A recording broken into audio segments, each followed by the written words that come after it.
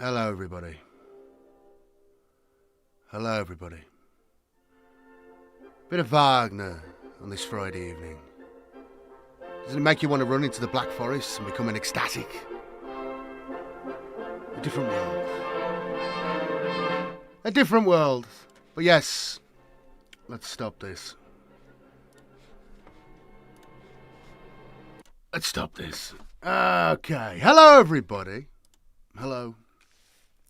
Hello. Now, I know what you're thinking, long-term viewers. I was meant to stream more regularly, but I haven't. And as you can see, I haven't had a shave for a month. I haven't had my hair cut since February. I'm a shaggy man at the moment. I'm a shaggy man. I don't know why I'm looking at... I'm looking at the image of myself, and I really should be looking up there. Hello. Hello, everybody. Hello, Z-Champs. Hello there. See if I can pull the chat up separately. Hello, Evil Teddy Bear. Hello, Killer Kriegsman. Yes, I haven't streamed for a month, and I meant to. Hello, Jello Prince. Hello, Alex Neil. I've sent out the monthly free memberships, although at the present I haven't actually uploaded any membership content. So I'll try and do that soon. Some exclusive content, probably old streams. I've got some guest streams and videos and stuff like that. I'll make some of that sort of stuff free if you want to watch it. If you want to watch it, it's entertaining enough, I think. I'm my normal salubrious self. But how are we doing, boys? How's it going, lads? How you doing? In these trying times. I'm fat. I am really fat. I'm disgusted with myself. But I'm working on it. I started doing push-ups and sit-ups this week. And I was cutting down some bushes in the garden on Monday. And I was wrecked. It was sunny, to be fair. But I was extremely tired afterwards, so I realised I am fat. And then I actually looked at myself in the mirror and I realised I need to shave. And I need to have my hair cut. And I need to lose about 3 stone. So this is my little personal mission at the minute. Because I'm a heifer. It's disgusting to me. A man like me should not be in this position at this age. So yeah, that's where I am with things. How you all doing? How you all doing, boys? Killer Kriegsman had a great week. Sold 4 different armies from World War II. Oh, that's fantastic, man. I am considering bolt action. Middle-earth's dead. Effectively, it's done, you know. It's just such a boring game now. They ruined it. They ruined it. I stuck with it as long as I could, but I'm just bored of the whole thing, man. The army building's terrible. The rule set's great. It's a really good community. If that doesn't sound too trite, but it's good fun still. I like the game itself is fine. The people playing the game is great. You know what I mean? The tournament scene is great.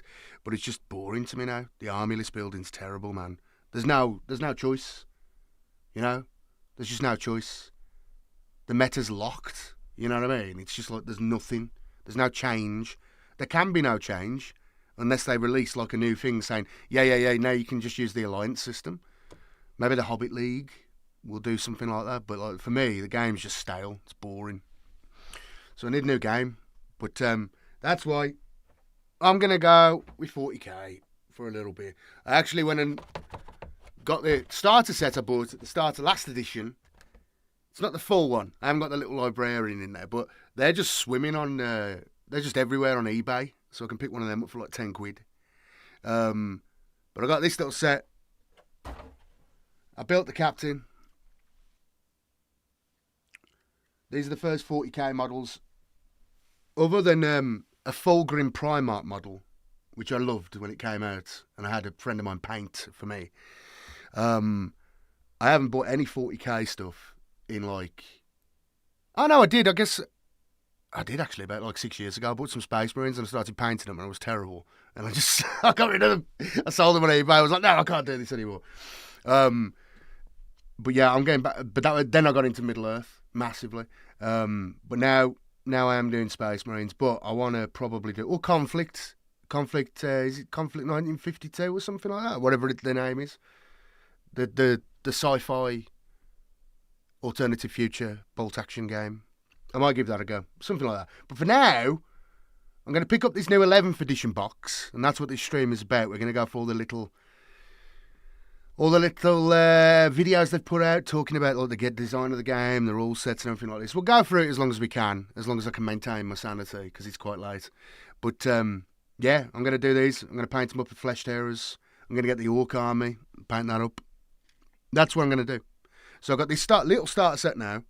The starter set from the 11th edition. So that's like about 1,000 points worth of Space Marines.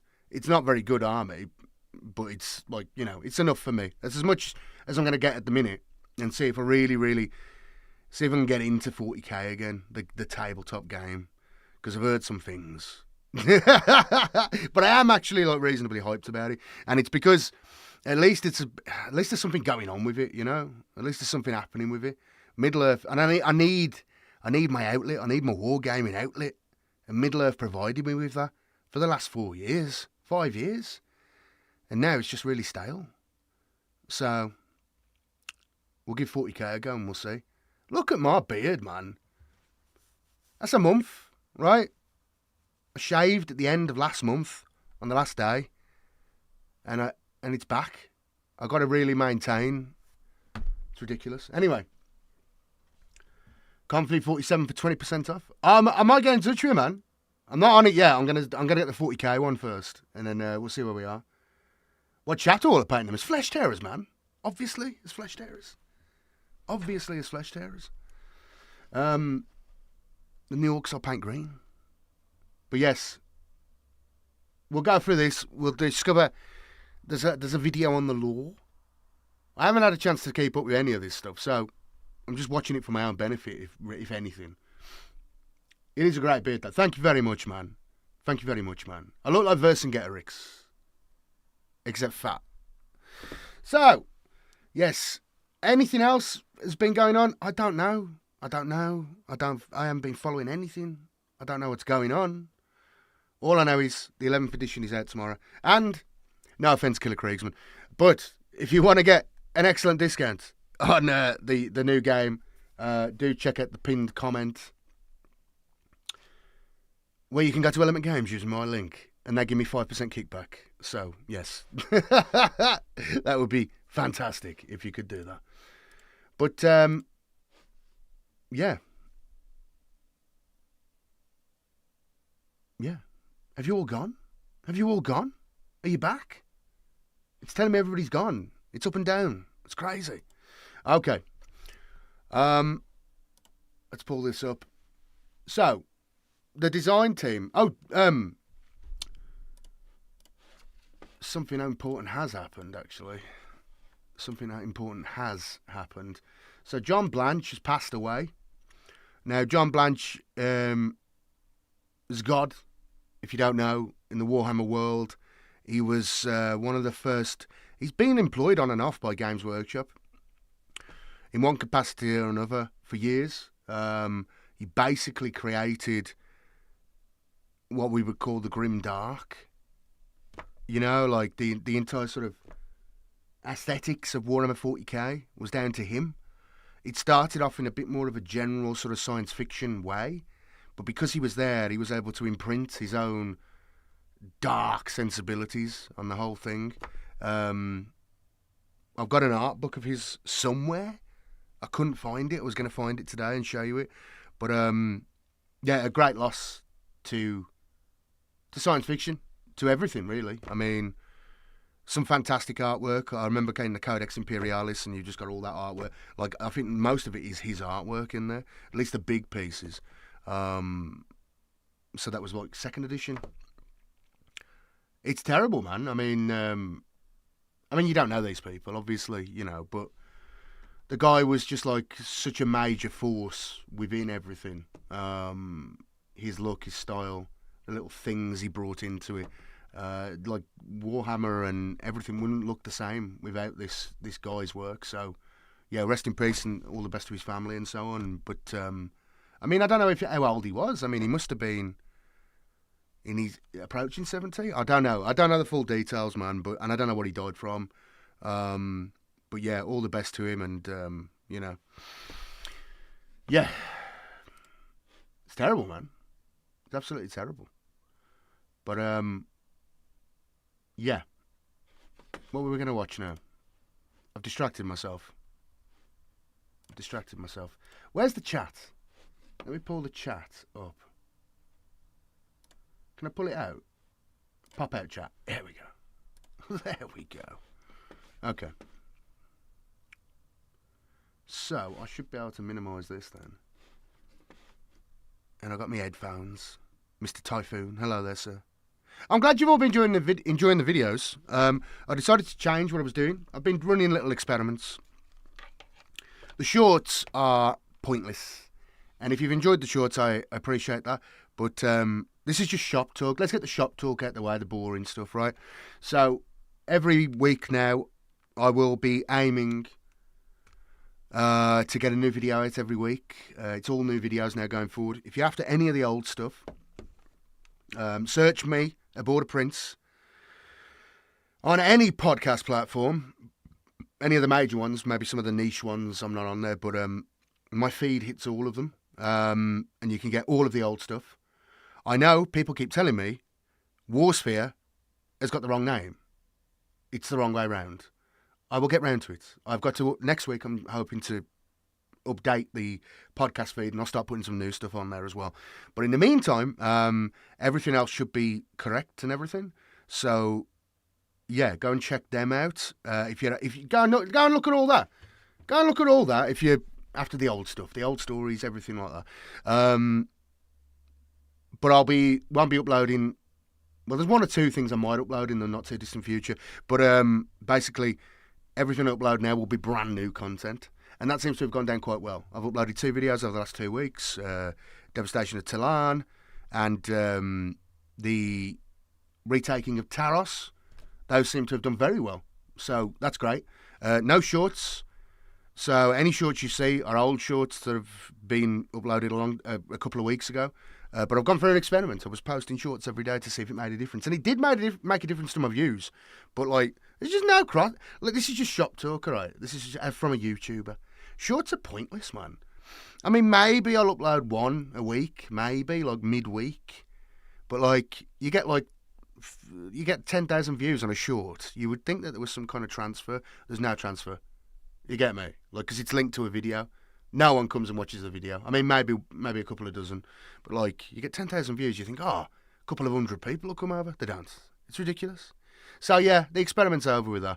I'm going to stick to the original format of the channel, which is one great video a week and maybe some live streams like this as we go along, and the 24-hour rerun stream. And that's it. That's what I'm going to do on the channel from now on. And, yeah, I hope you enjoy it. McManus around. I've got a box of Eldar, that's his. I don't know, man. I don't know.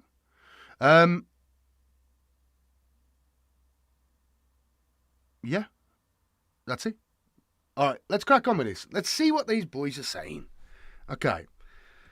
And, I think they're going to explore. This is kind of a really chill stream, all right? Everybody's asleep at my house. I've got nothing better to do. So I thought I'd come and watch this, catch up with all this stuff and see what they're saying. You can get any hints and about kind of things that are coming along and so on. Any work you put in is very appreciated, mate. Thank you, Henlix. I really appreciate that, man. Thank you. No, like I say, I'm trying to just put more effort into the channel and stuff, make the videos better. I'm trying to learn some new tricks, you know. But, yeah, the last 2 videos seem to have done very well compared to other stuff. Compared to the re-uploads, they're done now, like I say. Everything that's up is pretty much all that's going to come up. There might be a couple of additional ones over the next couple of weeks, maybe. But it's pretty much going to be new content every week, so do look forward to that. I mean, I don't want to go into too much detail because, like, people steal your ideas. And I'm terrible for that. But I've got a couple of fairly chunky lore videos coming up. One particularly is going to be very big. And then we're going to move on to a series, which is extremely big. So hopefully I can maintain the one a week. But some of these videos are going to end up being like 4 or 5 hours long, maybe longer. So it might be a case of I might have to leave it for 2 weeks at a time. Whatever. We'll see. But anyway, make sure you like the video. I'm in Algo jail at the minute. I'm just coming out of Algo jail. Right? The machine god, be praised, is almost done punishing me for nuking the channel. So we'll come out of this situation now. My natural amazing talent will shine through. And then everything will be fine. And I'll also have some audiobooks coming out soon as well on Audible. History topics and so on. But like very rare books, very old books as well. The best stuff is like pre-1945, I've found. The really good stuff, you know. So they'll be available on Audible very soon. Or on YouTube. I'm not too sure what to do with some of them. I might put them up for sale. I might put them up for free. I don't know. We'll see how it goes. But yeah, yeah. Oh man, let's watch this. Let's watch these lads chatting, and let me know in the Oh, it's an Orc video this Sunday. But let me know in the comments if you have any suggestions about things or anything you'd like to ask. I might ignore you, but I might answer you as well. You don't know. You just don't know what's going to happen.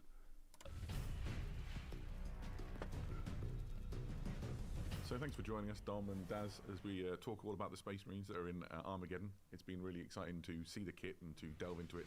So this is a great opportunity to speak to some of the creative people behind all of the models and designs and ideas that went into it. So we're just really looking forward to picking your brains. It's nice to finally talk about it, I think. Yeah, absolutely is, yeah. There's been the veil of secrecy over the top of this Big all, time. I guess. Yeah, absolutely. Look at these so boys, look at jump these. in then with a question. Eddie and I have been talking about this quite a lot. One of the things I want to know straight off the bat is, tell us something that we wouldn't necessarily know just looking at it at first glance about these models. That's a really good question, because there's a lot to talk about with them as well. I think the one thing you wouldn't know, I think when you get the models in your hands, you'll realise there's an awful lot of detail on these miniatures that I think until you build and paint them that maybe you won't appreciate. And we Thank you, Mr. Typhoon. Humble Intercessor is maybe the starting point for that. Actually, look at them. One of the things we looked at across the... These look so much better than the generic guys. Now, I'm not completely up on the rules of 40k. I've got a general understanding. I've seen it played and so on.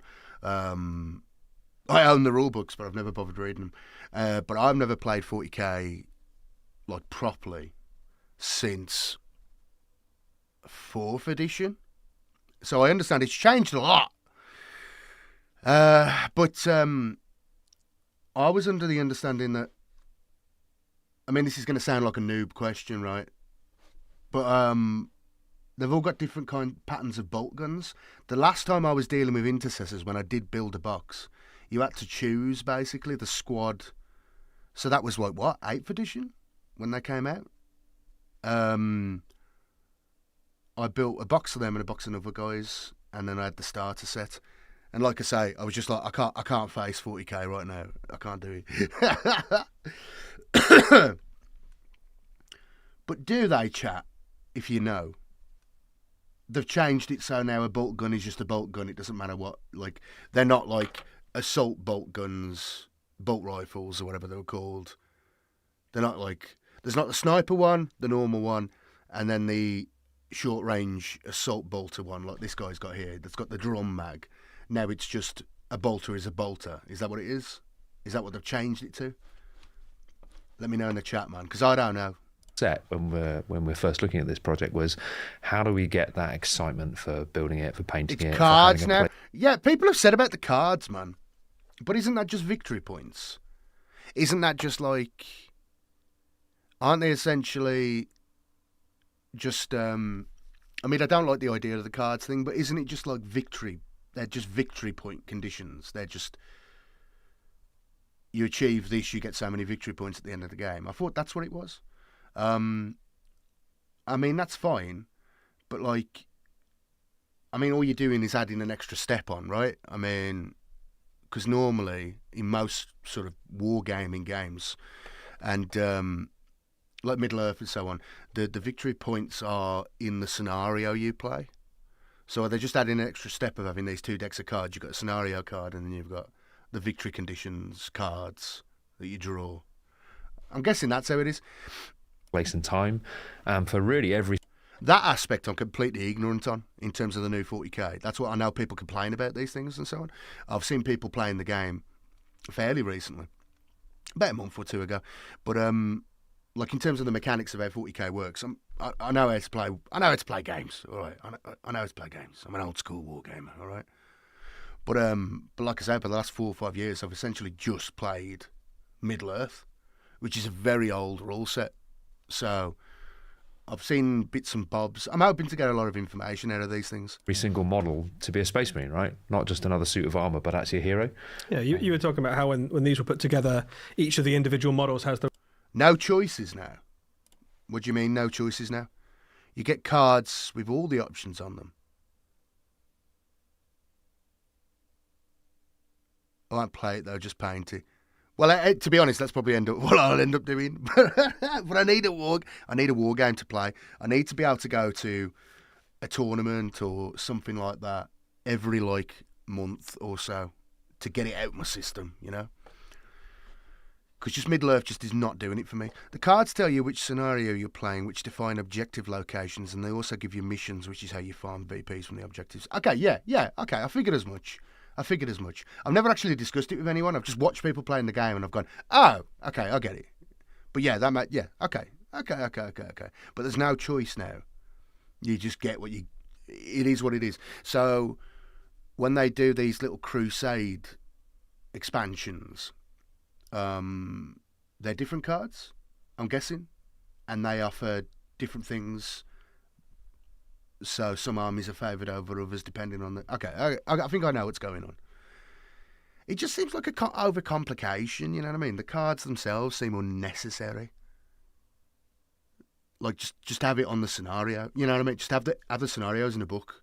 That's what Middle Earth does, and it's a great system. It's very simple. Everybody knows where they are. Their own sort of story. You always named each of the characters, even within the Intercessor squad. That's right. Yeah, I mean, we did a lot of work on that. Yeah, exactly. Yeah, so from a distance, it's a Space Marine, but when you get up close, there's a Space Marine collector, and someone that wants to start collecting Space Marines, you'll notice that each one has slightly different details and different chest armor. Obviously, there's different helmets as well, and each one has a different cards with more. Yeah, okay, I grasp. Character and narrative about each one as well, so you can pick and choose your favourite and then have the excitement of moving on to the next one and the next one, and you get the whole squad done, and they're all different. So keeping on the Intercessors then, give us some examples of those characters and narratives that exist within the squad. Well, as we were designing them, we kind of gave them a soft name. So we had the knife guy, the grenade guy, the sharpshooter. Obviously, we've got the sergeant as well, and the Auspex guy. So they've all got that narrative and character which we wanted to inject. They're taking all the kit choices out of the Intercessors, so you get a standard loadout instead of looking up your guys in the codex to read the rules. I figured as much, because when I saw these guys, because like I say, I haven't assembled any kind of Space Marines, Primaris guys, since the 8th edition sort of initial release. So I was a bit like, oh, what? I figured that's what they've done. They've standardised it, haven't they? They've standardised it. Because I like that you could equip them, you know, the whole squad would have these, because you could really theme your army then. But anyway, is it good? I don't know, man. I mean, I'm hoping it is. I'm going to be picking it up anyway, even if I end up just painting it, you know. I dusted off my squat mini army. Going to have a couple of battles of Sunday at a local indie hobby shop, having a competition. Love casual leagues, doing it for the fun. Yeah, man. I mean, like I say, I go to Middle Earth tournaments fairly regular. Or at least I did. Just this year, I can't be arsed at all. It's just lost its viv. It's lost its energy. It's just kind of boring, stale. Like for those of you who don't play Middle Earth, basically, they had an alliance system. I do that because it's the square, right? And it was essentially like a red, yellow, green alliance system. So red things everything could ally together, right? If it was, you know, good and evil. But if there were green allies, you would get benefits. Very small things like basically being able to share leadership, essentially, and stuff like that. Middle Earth's a fantastic rule set, beautiful. It's exactly what it's supposed to be. Fast-paced, skirmish-ish game. You're looking at like your average game would probably have about between like 20 to 30 models. A big game maybe 40, 50 at most, because it becomes unmanageable then. But how the army list used to work was you would have your army, and then you would also have legendary legions, which would represent.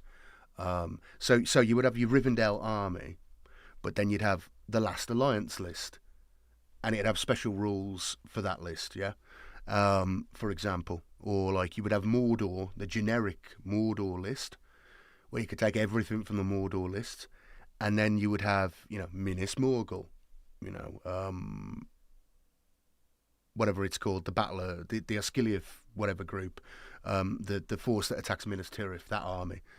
I can't even remember the names now.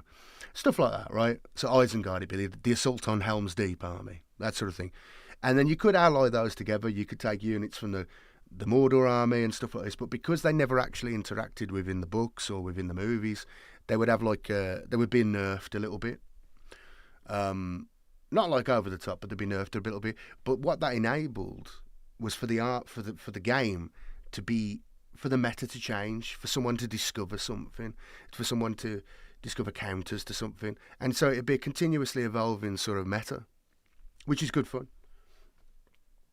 I mean, like I said, there's a bit of jankiness, a bit of beardiness knocking around, whatever, bit of sweaty now and again, but that's all good fun. But the fun of it was being able to make like unique army lists and make like cool stuff up in, like think about stuff and make all the army lists. Now it's just literally this list, this, and it's locked.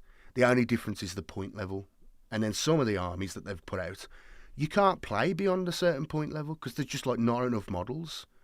It's impractical. Stuff like that. So that's the Middle Earth's just like, it's done, it's ruined, it's like a stale game.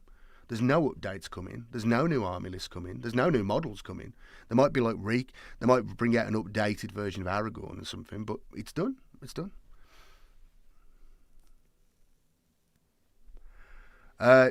Datasheets for this box only count for this box release. The codex datasheets aren't really changing, so in most games you'd use the codex unless you specifically buy and play the box. Okay. You always look pissed off? Really? You think so? It's just because I've got a big forehead. It's that Neanderthal DNA, you know what I mean? Luckily I don't sound like a Neanderthal, because apparently they all sounded like... which, it's like a fairy tale. But, yeah, I got like a higher than average Neanderthal. But everybody looks like this round by me.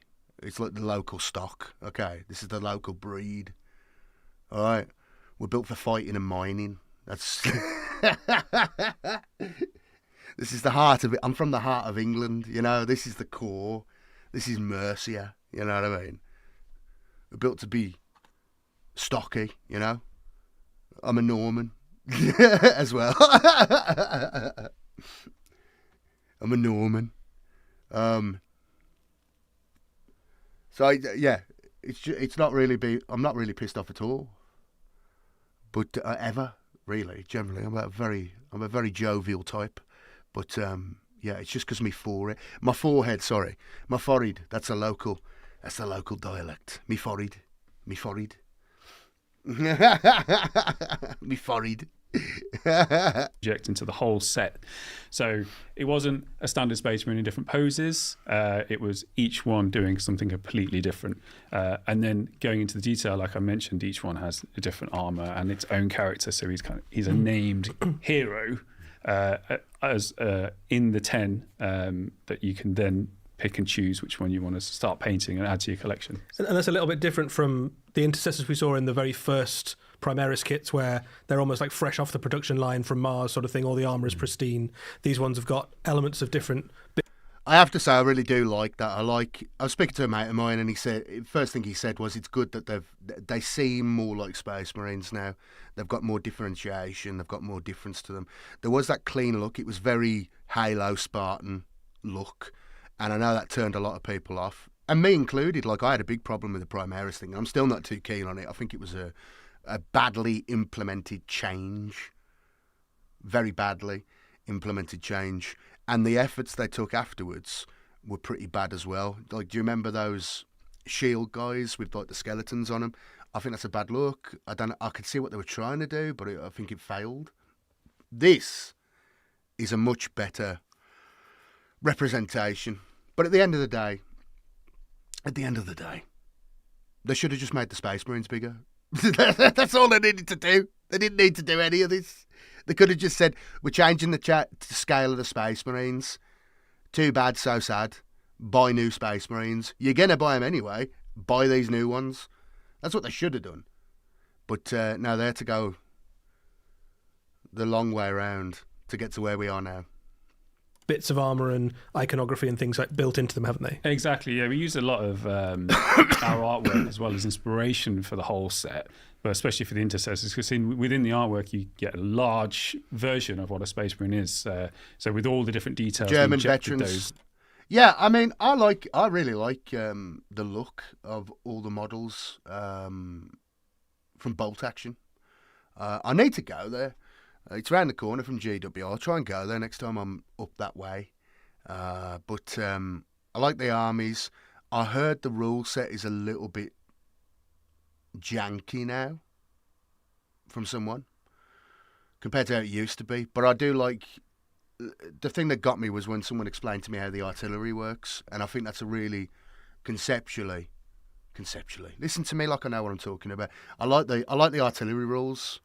I thought that was really clever. And a nice way of representing artillery barrages and so on. So, yeah, I'll probably get round to it. But I've been saying I'll get round to it for like 2 years and I haven't. So, you know. But for now, we're doing Space Marines, man. Into these suits to make them feel like they were passed down from generation. The last army I had in 4th edition was a Flesh Tearers army. I went to town on it. I painted it the best I could. I bought the metal shoulder pads for it. You know what I mean? I really went to town on it. And then I just completely lost interest in Warhammer and stuff when I was like 17, 18. And I sold it all. And I sold that army in particular because I had a date with a girl. And I like needed the money. Well, there was other stuff as well. But like I needed money. So I sold it all. And like didn't go anywhere with her. Embarrassed myself. Embarrassed myself, but you know, I was like 18, 17, something like that. But yeah, I sold all my Warhammer stuff like years ago, man. My 40k stuff. I kept my fantasy stuff, and I played fantasy again. Like in my 20s, I got really into it again, and then I left it all again until Middle Earth about like 4 or 5 years ago. During the coup, it was actually before the coup. I got started before then. And I've just been playing that religiously since then, but it's just stale to me. It's done. I need a new outlet. I need something else. He looks good, man. That looks good. Generations are thousands of years old, rather than the production line Space Marines, which you talked about, just in different poses. So good night, evil you'll teddy notice bear. that as you're painting each one, there's little Easter eggs through the units as well. So you're seeing that play out with, for example, the different breastplates that exist across the models, right? yeah, we've got different breastplates, we've got different greaves, the guns have got different details. Just imagine these guys as Flesh Tearers, the best chapter. Just imagine them. Look at how good they look. I'm going to make a brother Clotton as a sergeant or whatever. It's all through each model. I mean, so Yeah, I was going to add to that. I mean, it's a lot of the things we talked about throughout the whole project was the heritage of the Space Marines.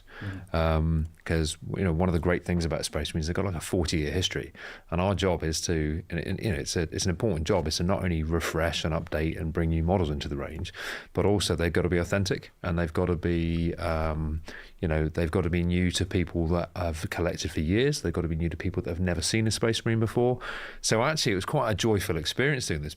These boys are professional. I respect the professionalism. You can just see it seeps from them. They know their trade. They know what they're doing. These are really good quality Space Marine guys, and especially compared to the previous starter sets. Everything he's saying is correct. They've really thought it out and they've done a good job. I can't say anything. I wish it didn't cost as much as it did. It does, but we are where we are. But I'll be picking this up tomorrow, man. I'll be ordering this tomorrow. And if you too would like to order this and you live in the UK, because I haven't got any shop in America, I need to get on that. I need to sort that out. But if you're in the UK, go to Element Games for the best discount in the country and the best customer service. And they throw me 5% from anything you purchase. But yes. Because what are all the cool things we love about Space Marines? What are the things that got us excited when we put our first Marine kits together? How do we restore some of that? And so that's why... Red Scorpions, man. Now that's a chapter. That is a chapter. Chapter Master, was it Cullen? Is it Cullen? Says with, even just the Intercessor Squad, and I say just the Intercessor Squad because like a Space Marine with the bolt rifle is such an iconic image. How do we make each of those feel like a Space Marine with a bolt gun is an iconic image. A Space Marine with a bolt rifle has become acceptable. Character in their own right? How do each of those have a place on the battlefield? And just to add to what Daz was saying, one of the ways we also looked at this, and as a raid on the table, you can use these as either a 10-man squad or Sort a 2 5-man combat squad. Focus out, man. So come on. One of my favourite things about this Intercessor Squad is that actually there's a leader in the sergeant, and there's his second in command who's leading the second combat squad. And if you want to, with the bolt pistol pointed forward, yeah, and that's again, it comes back to archetypes. Actually, we said, well, he is second in command. And he's not a sergeant, but he's still a really, really talented Space Marine who's been through countless, campaigns and war zones. So that's recognised in his, well, certainly from our perspective, in his position in the squad as well. And those are the little things for me that really bring it alive, actually. Yeah, and by adding that character, and it elevates the status of the standard Space Marine. So, well, I haven't got a trade account. I am not a shop killer Kriegsman, but I appreciate that. Yeah. I know. If one does die on the tabletop, you don't know which one to take away because in the background they're so important and they've got so much history. Each one has a name. Taking one off needs to feel a little bit more important. Feel painful. It's a big deal, Yeah. So when you lose one, you kind of feel it a little bit more. We were talking about that before, weren't we? Like when you take casualties on that squad, which is the first one that you take off, and you don't know which one. So I said I'll just roll a dice just to pick which one. But Stephen did a great job with these. Each one has got loads of character, and looking forward to painting them myself. I think. Have you got a favourite in the Intercessor Squad, Des? I think the knife guy. I think he looks cool. He's in action. He's doing some, he's doing some stuff. I think he's my favourite. He's probably the one I'd probably pick doing first. some business. You don't quite get a sense of it here, but the knife is actually almost like as long as a human torso, isn't it? Like, Yeah, it's huge. It's only a knife because the Space Marine's carrying it. But they're all great. I think they're fantastic. Eddie, you asked the question then, which is your favourite in the Intercessor Squad? Ooh, I think Knife Guy probably is my favourite. Is he? Yeah. So I've got weird taste when it comes to Space Cop Marines. out I always answer. love a bit of forward momentum, the idea that they're like shock troops. And so this one here with his auto bolter has got this really lovely sense of forward motion. You can imagine blazing away from the hip. He was called Full Auto Guy. Was he? You see, that's a great name as well. Yeah. Fantastic.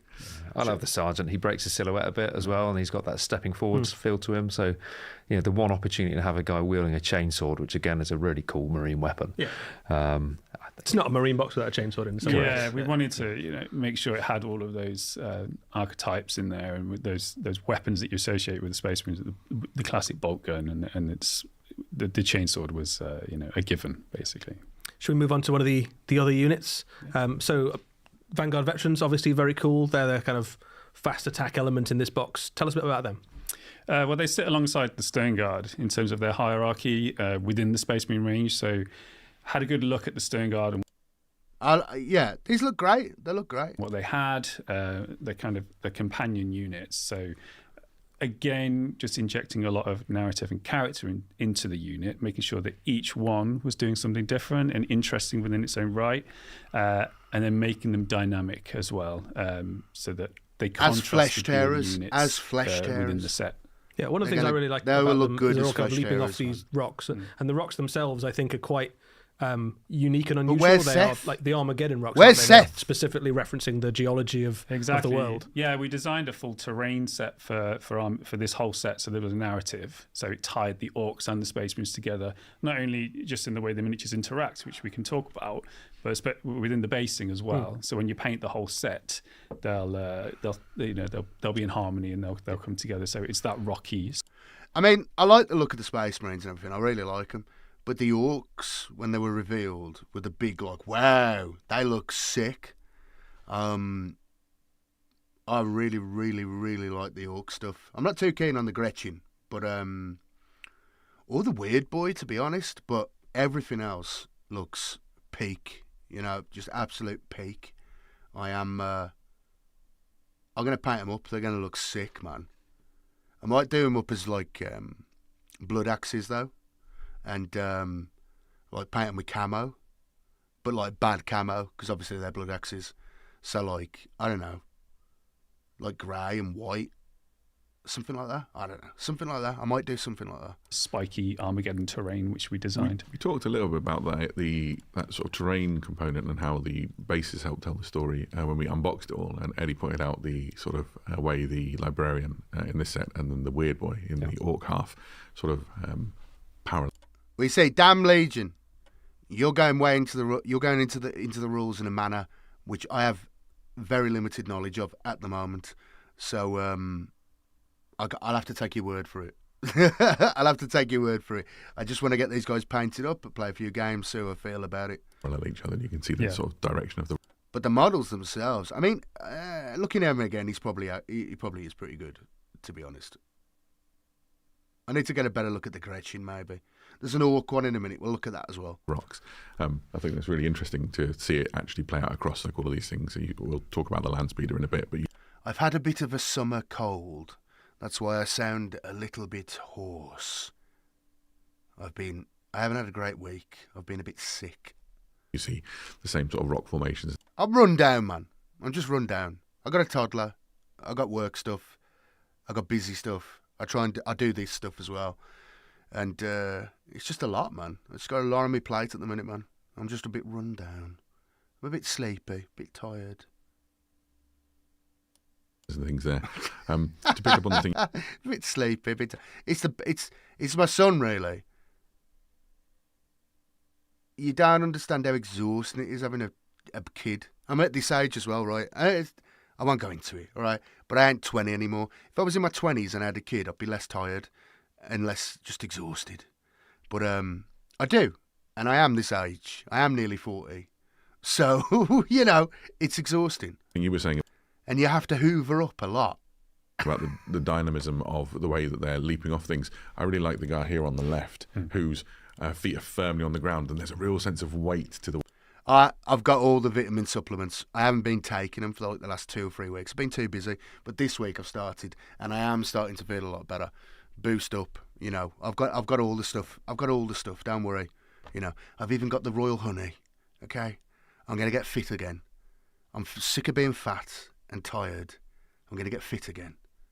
Regular exercise, weight training, all the correct vitamins, all the correct foods, no more chocolate biscuits. Okay? It's going to be fine. I'm not going to be a fatty anymore. It's going to be fine. I'm going to be back to my peak. It's going to be great. It's just at the minute, I'm not there. So I'm operating at like 70%. And I'm also fat. The way he's landed, because I don't like being this fat, all right? It's vile to me. I feel terrible. I feel less human. the jump has these huge bounding leaps, but a Space Marine must weigh an awful lot when he crashes to the ground, right? And the idea that he's sort of bracing it with his knees is really cool. I think he's my favourite one. Quite often we have Space Marines with jump packs that, they fly, don't they? So they're in the air, but they're going to land, they're going to fight. So we wanted a couple of them in combat on the ground so that there's some rhythm to the unit and some height as well. And the guy with the superhero landing with his sword back, I think is my favourite one. He seems to have gone down quite well with everybody. But obviously they have the... And these, I'm on and off these all the time as well. It's life, all right? Everything's going fine and then something pops up, all right? It's just one of them things. I've had car problems. I've had house issues. Things need to be repaired. I've had tree issues. I've had to cut down trees this week. It's just one thing after another. So I quit smoking for like 3 or 4 days, and then all of a sudden something occurs, and I need the crutch. I need the crutch, but it's going to be fine. We'll quit this as well. We're going to become godlike. We're going to become our full potential. We're going to gain power and energy and strength. I'm going to overpower my enemies, spiritually and physically, if necessary. And I have many enemies. The whole world, in fact. Except for you guys. You're my friends. The veteran markings, they have the crux on the shoulder pads, they have the more ornate armour, they have more honours, the helmets are more ornate as well, and the poses, and one's got a big blade, so they're very, within the... They do grow up fast. People were telling me that when he was born. So he's like nearly 4 now. People were telling me that when he was born. Enjoy it now, because and it is. I miss him being a fat little baby. He was great. He's like, He was great, and he was so cute. And he'd go on my hair. I put him on my shoulders, and he'd hold my hair. He still does, but now he's massive. But they're so funny when they're little babies. Have kids early if you can. Don't put it off. I wish I had them. I wish I'd had them earlier, and I wish I'd had more. My missus says the same thing as well. It's just like, yeah, terrible. Wish you had more. I'd have like 3 or 4 of them. It'd be fantastic. A little army. Where they sit within the army, they have their status. So. Yeah, the relic blade is very cool. That's the sergeant, isn't it? I think. Yeah, that's right. Yeah. And he's got like an even bigger, more ferocious looking power weapon than. But when they're little chubby little babies crawling around, that's when they're at their cutest. The rest of them. Exactly, yeah, as he should, and he has a helmet option as well. So where we can, we've added options in these as well. So That's a really good point, actually, Daz, because it's not something that's reflected when you build the models. There are, where we can, we've put multiple head options in these sets to provide choice. The captain's a really good example where actually he's got, 2 helmets and a bear He looks sick, man. I prefer him in the helmet, though. head. that's right. Yeah. So depending on what type of crest you want in his helmet or what mark of helmet you want, actually you've got some personal choice there, which doesn't stop him being the named character in this box that he is. But equally, we've tried to look at opportunities where we can have the choice of either a helmet or a bear head, just to give that little bit of choice that maybe we haven't done in these sort of big starter sets before. And again, it's just another way to add some more character to things on top of the base I'm a poses. Space Marine collector, so I was like, what do I want? What would I want? What would a Space Marine collector want? It's a nice way to look at it. Right? Yeah, I was being a little bit selfish, but having some head options is always a bonus. So we've got that in where we can, where the opportunities. Should we have a look at the Gravis Marines? So these are a unit of heavy Space Marines. The new captain's sick. When did I have him? About 5 years ago? Well, 4 years ago? Well, he was conceived about 5 years ago, yeah. So when I was in my mid-30s. But I'm very, very nearly 40. Okay. And in my defence, even though I'm fat right now, I'm looking pretty good for 40. This is an amazing head of hair, all right? This is an amazing head of hair for 40. For nearly 40. No greys, but I have got mousy hair. So they're probably hidden around because I've got blondie browny hair. So, yeah, but I'm looking pretty good for 40. I can just sort this gut out and become ripped again. Everything will be golden. Everything is going to be golden. Marines in Gravis armour, Eradicators. Tell us about them. Well, this came from, just to sort of bring it back up. The relic shit, that's what I was saying. You know those guys, that first one, the first guys with the shields that they brought out. It was too baroque, it was too over the top, they were trying too hard. I think they took all the feedback from it looks like Halo, from the original sort of range they released. They released these supplemental units with too much. There was too much going on. They were too busy.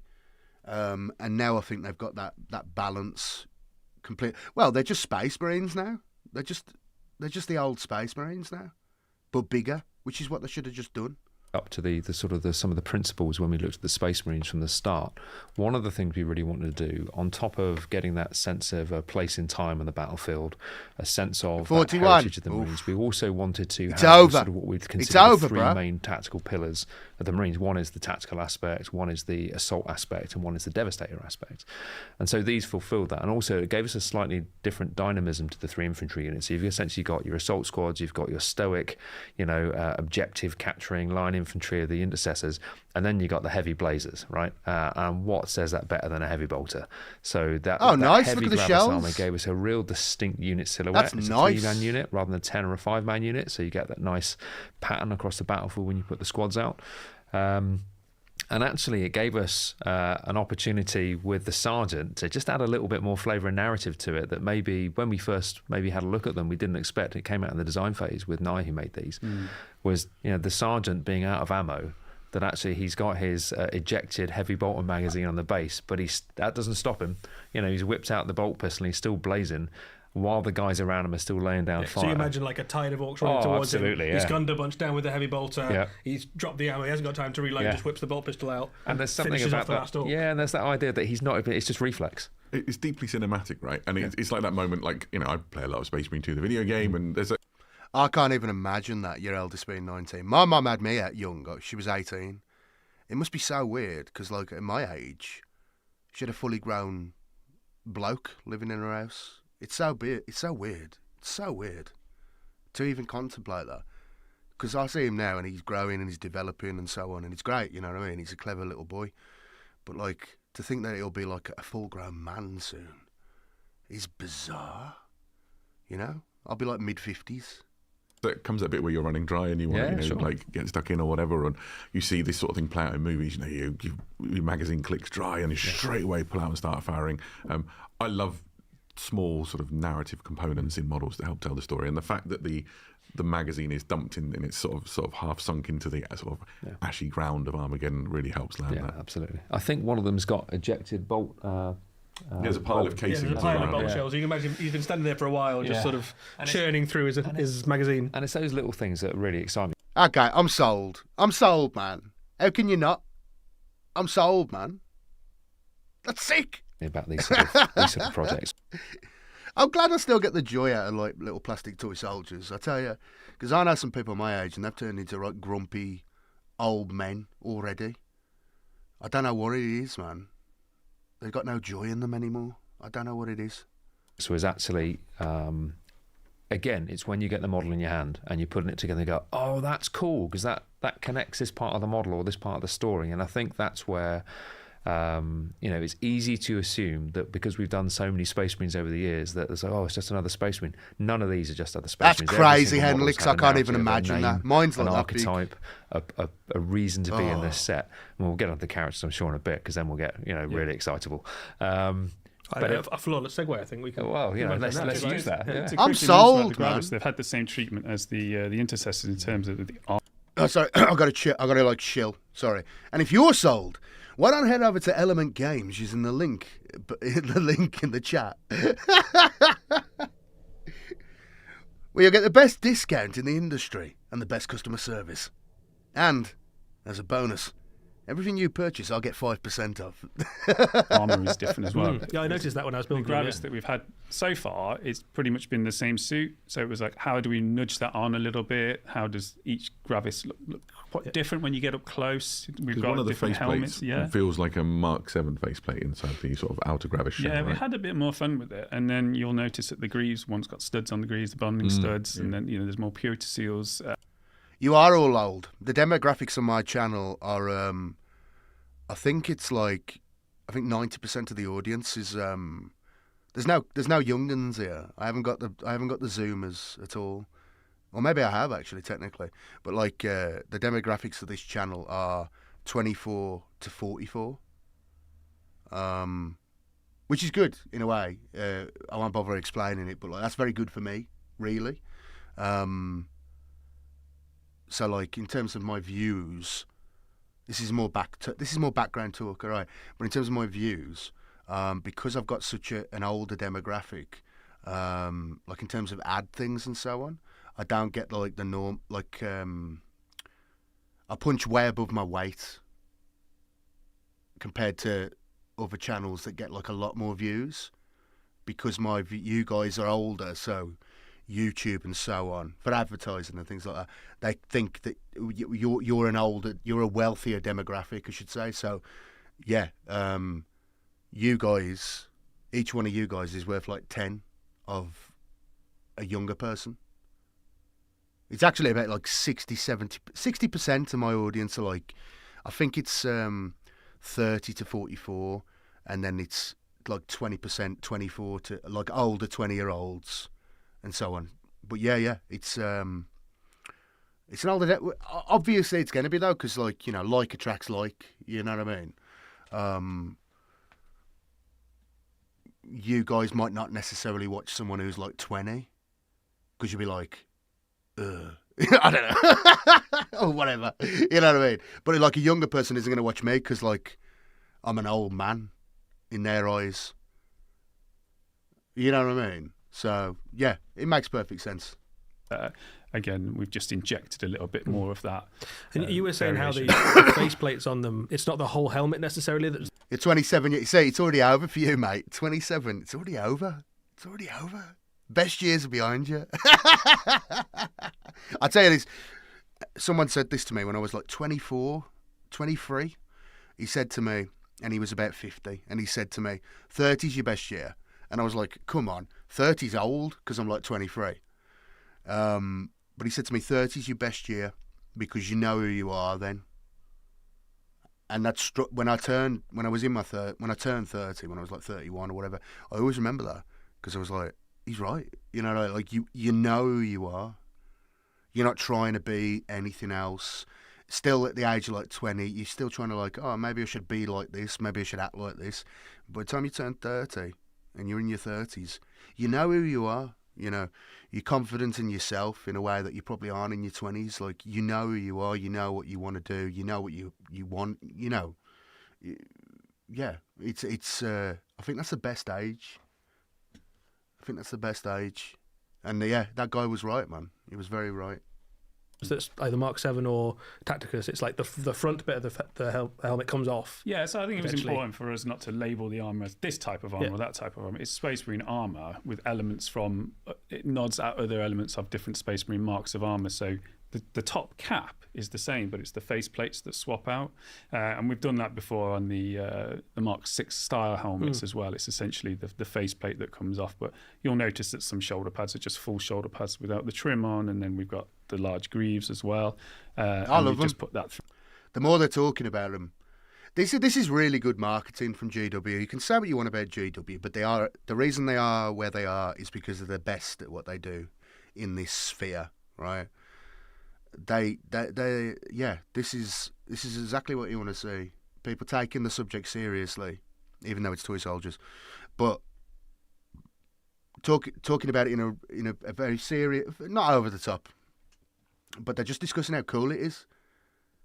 And you can tell they know what they're talking about as well. These miniature designer guys are great. I really like these two. This is really good stuff. There's no silliness. There's no, you know, they you can tell they really respect their craft, and you can tell they're good at what they do.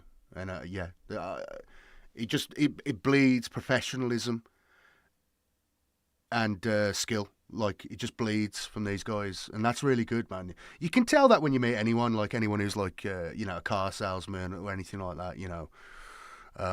Someone who works in a McDonald's. I know a guy who works in a McDonald's, and he's a manager, and he's one of the most professional people I've ever met. And I've met a lot of people, you know. I used to work. I'm not. I used to work in like a fairly professional environment in several different positions and so on. But you can just tell someone who's like very, very professional and knows what they're doing. They know what they're about, and you got to respect that. And these two guys, these are serious guys, man. Even though it's Space Marines, they take it seriously. And this is really, really good marketing. This is really good sales stuff. This stuff works on me because, like, I'm like, I don't know how to explain it. Like, I respect the professionalism Through the whole set. We had some fun with it too, but Space Marine collectors will really value that, I think. So Cool.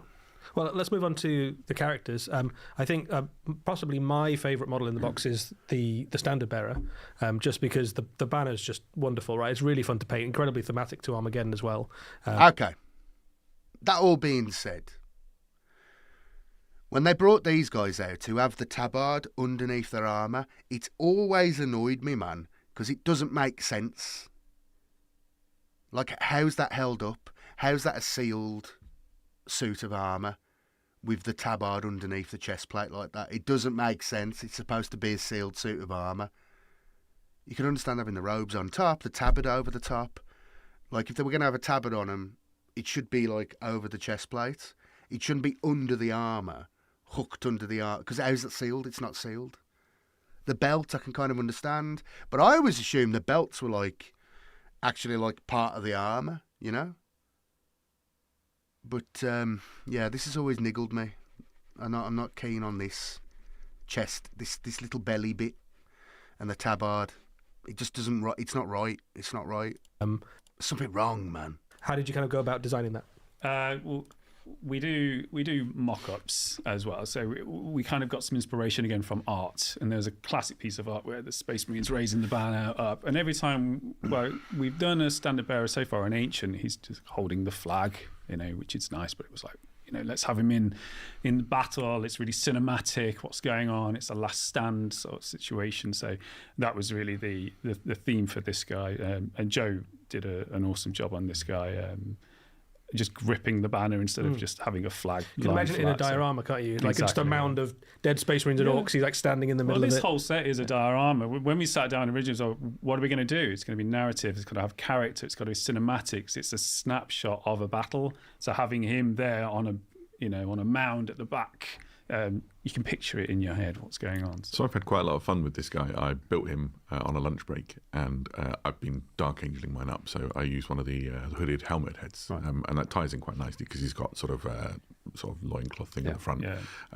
And I just had fun sort of pivoting But that wouldn't make sense. I'm not getting into it. All right, I'm going. the head at different angles. And he's sort of looking at the flag, and he looks like he's sort of exhorting his battle brothers to take heart from the stand or whatever. But you turn the head a little bit towards his right, and suddenly he looks like he's sort of ready to lead a charge off in a direction. I really like how much sort of motion there is contained within the model, Yeah. and the way that he's got that flag held high. We designed a specific Armageddon banner as well. There's room to put your chapter heraldry on there as well, but we wanted a unique banner for the campaign of Armageddon, so that was on there. So we had a bit of fun doing that too. Traditional ancients, in the sort of broader range, your ancient will really have your company banner, and that was a good reason for another one point of difference. sick It was not double-headed just another eagle. because every Space Marine player's probably got an ancient or two. I will say, I don't think the eagle, one of the eagle eyes should be blank and one should have an eye. That's an error. Unfortunate. That's unfortunate. of your company banner, and that was Because I always thought the Imperial Eagle, the fact that one eye was, I don't know if this is like a Roman thing that I've just never even heard of, and that's where they drew it from. But I always thought the one eye being closed and the one eye being open, it's like the Imperial Eagle is looking to the future and forgetting the past. There might be a more poetic way of saying that, but like its eyes are closed to the past, the heresy, the dark age of technology, all the horrors of the past are forgotten. All we think about is forward. That's what I thought it was. No one's ever said that to me. I'm just saying that now. That's how I always... That's what I thought about when I saw it. The double-headed eagle and one eye closed and one eye to the future. Because that's how it always was. The Imperial Eagle has one eye closed and one eye to the future. And so, like in the Imperium, man, that makes sense, right? But now they've got the both eyes open. I don't know. a good reason for another point of difference to go. It's not just another reason, because every Space Marine player's probably got an ancient or two, maybe three. And we said, well, actually, how can this be different? And the campaign, the idea that you're carrying the standard of the campaign you're doing rather than your company specific banner was another aspect to get, again, a more cinematic feel. Yeah, you know what I'm saying. I'm not insane, am I?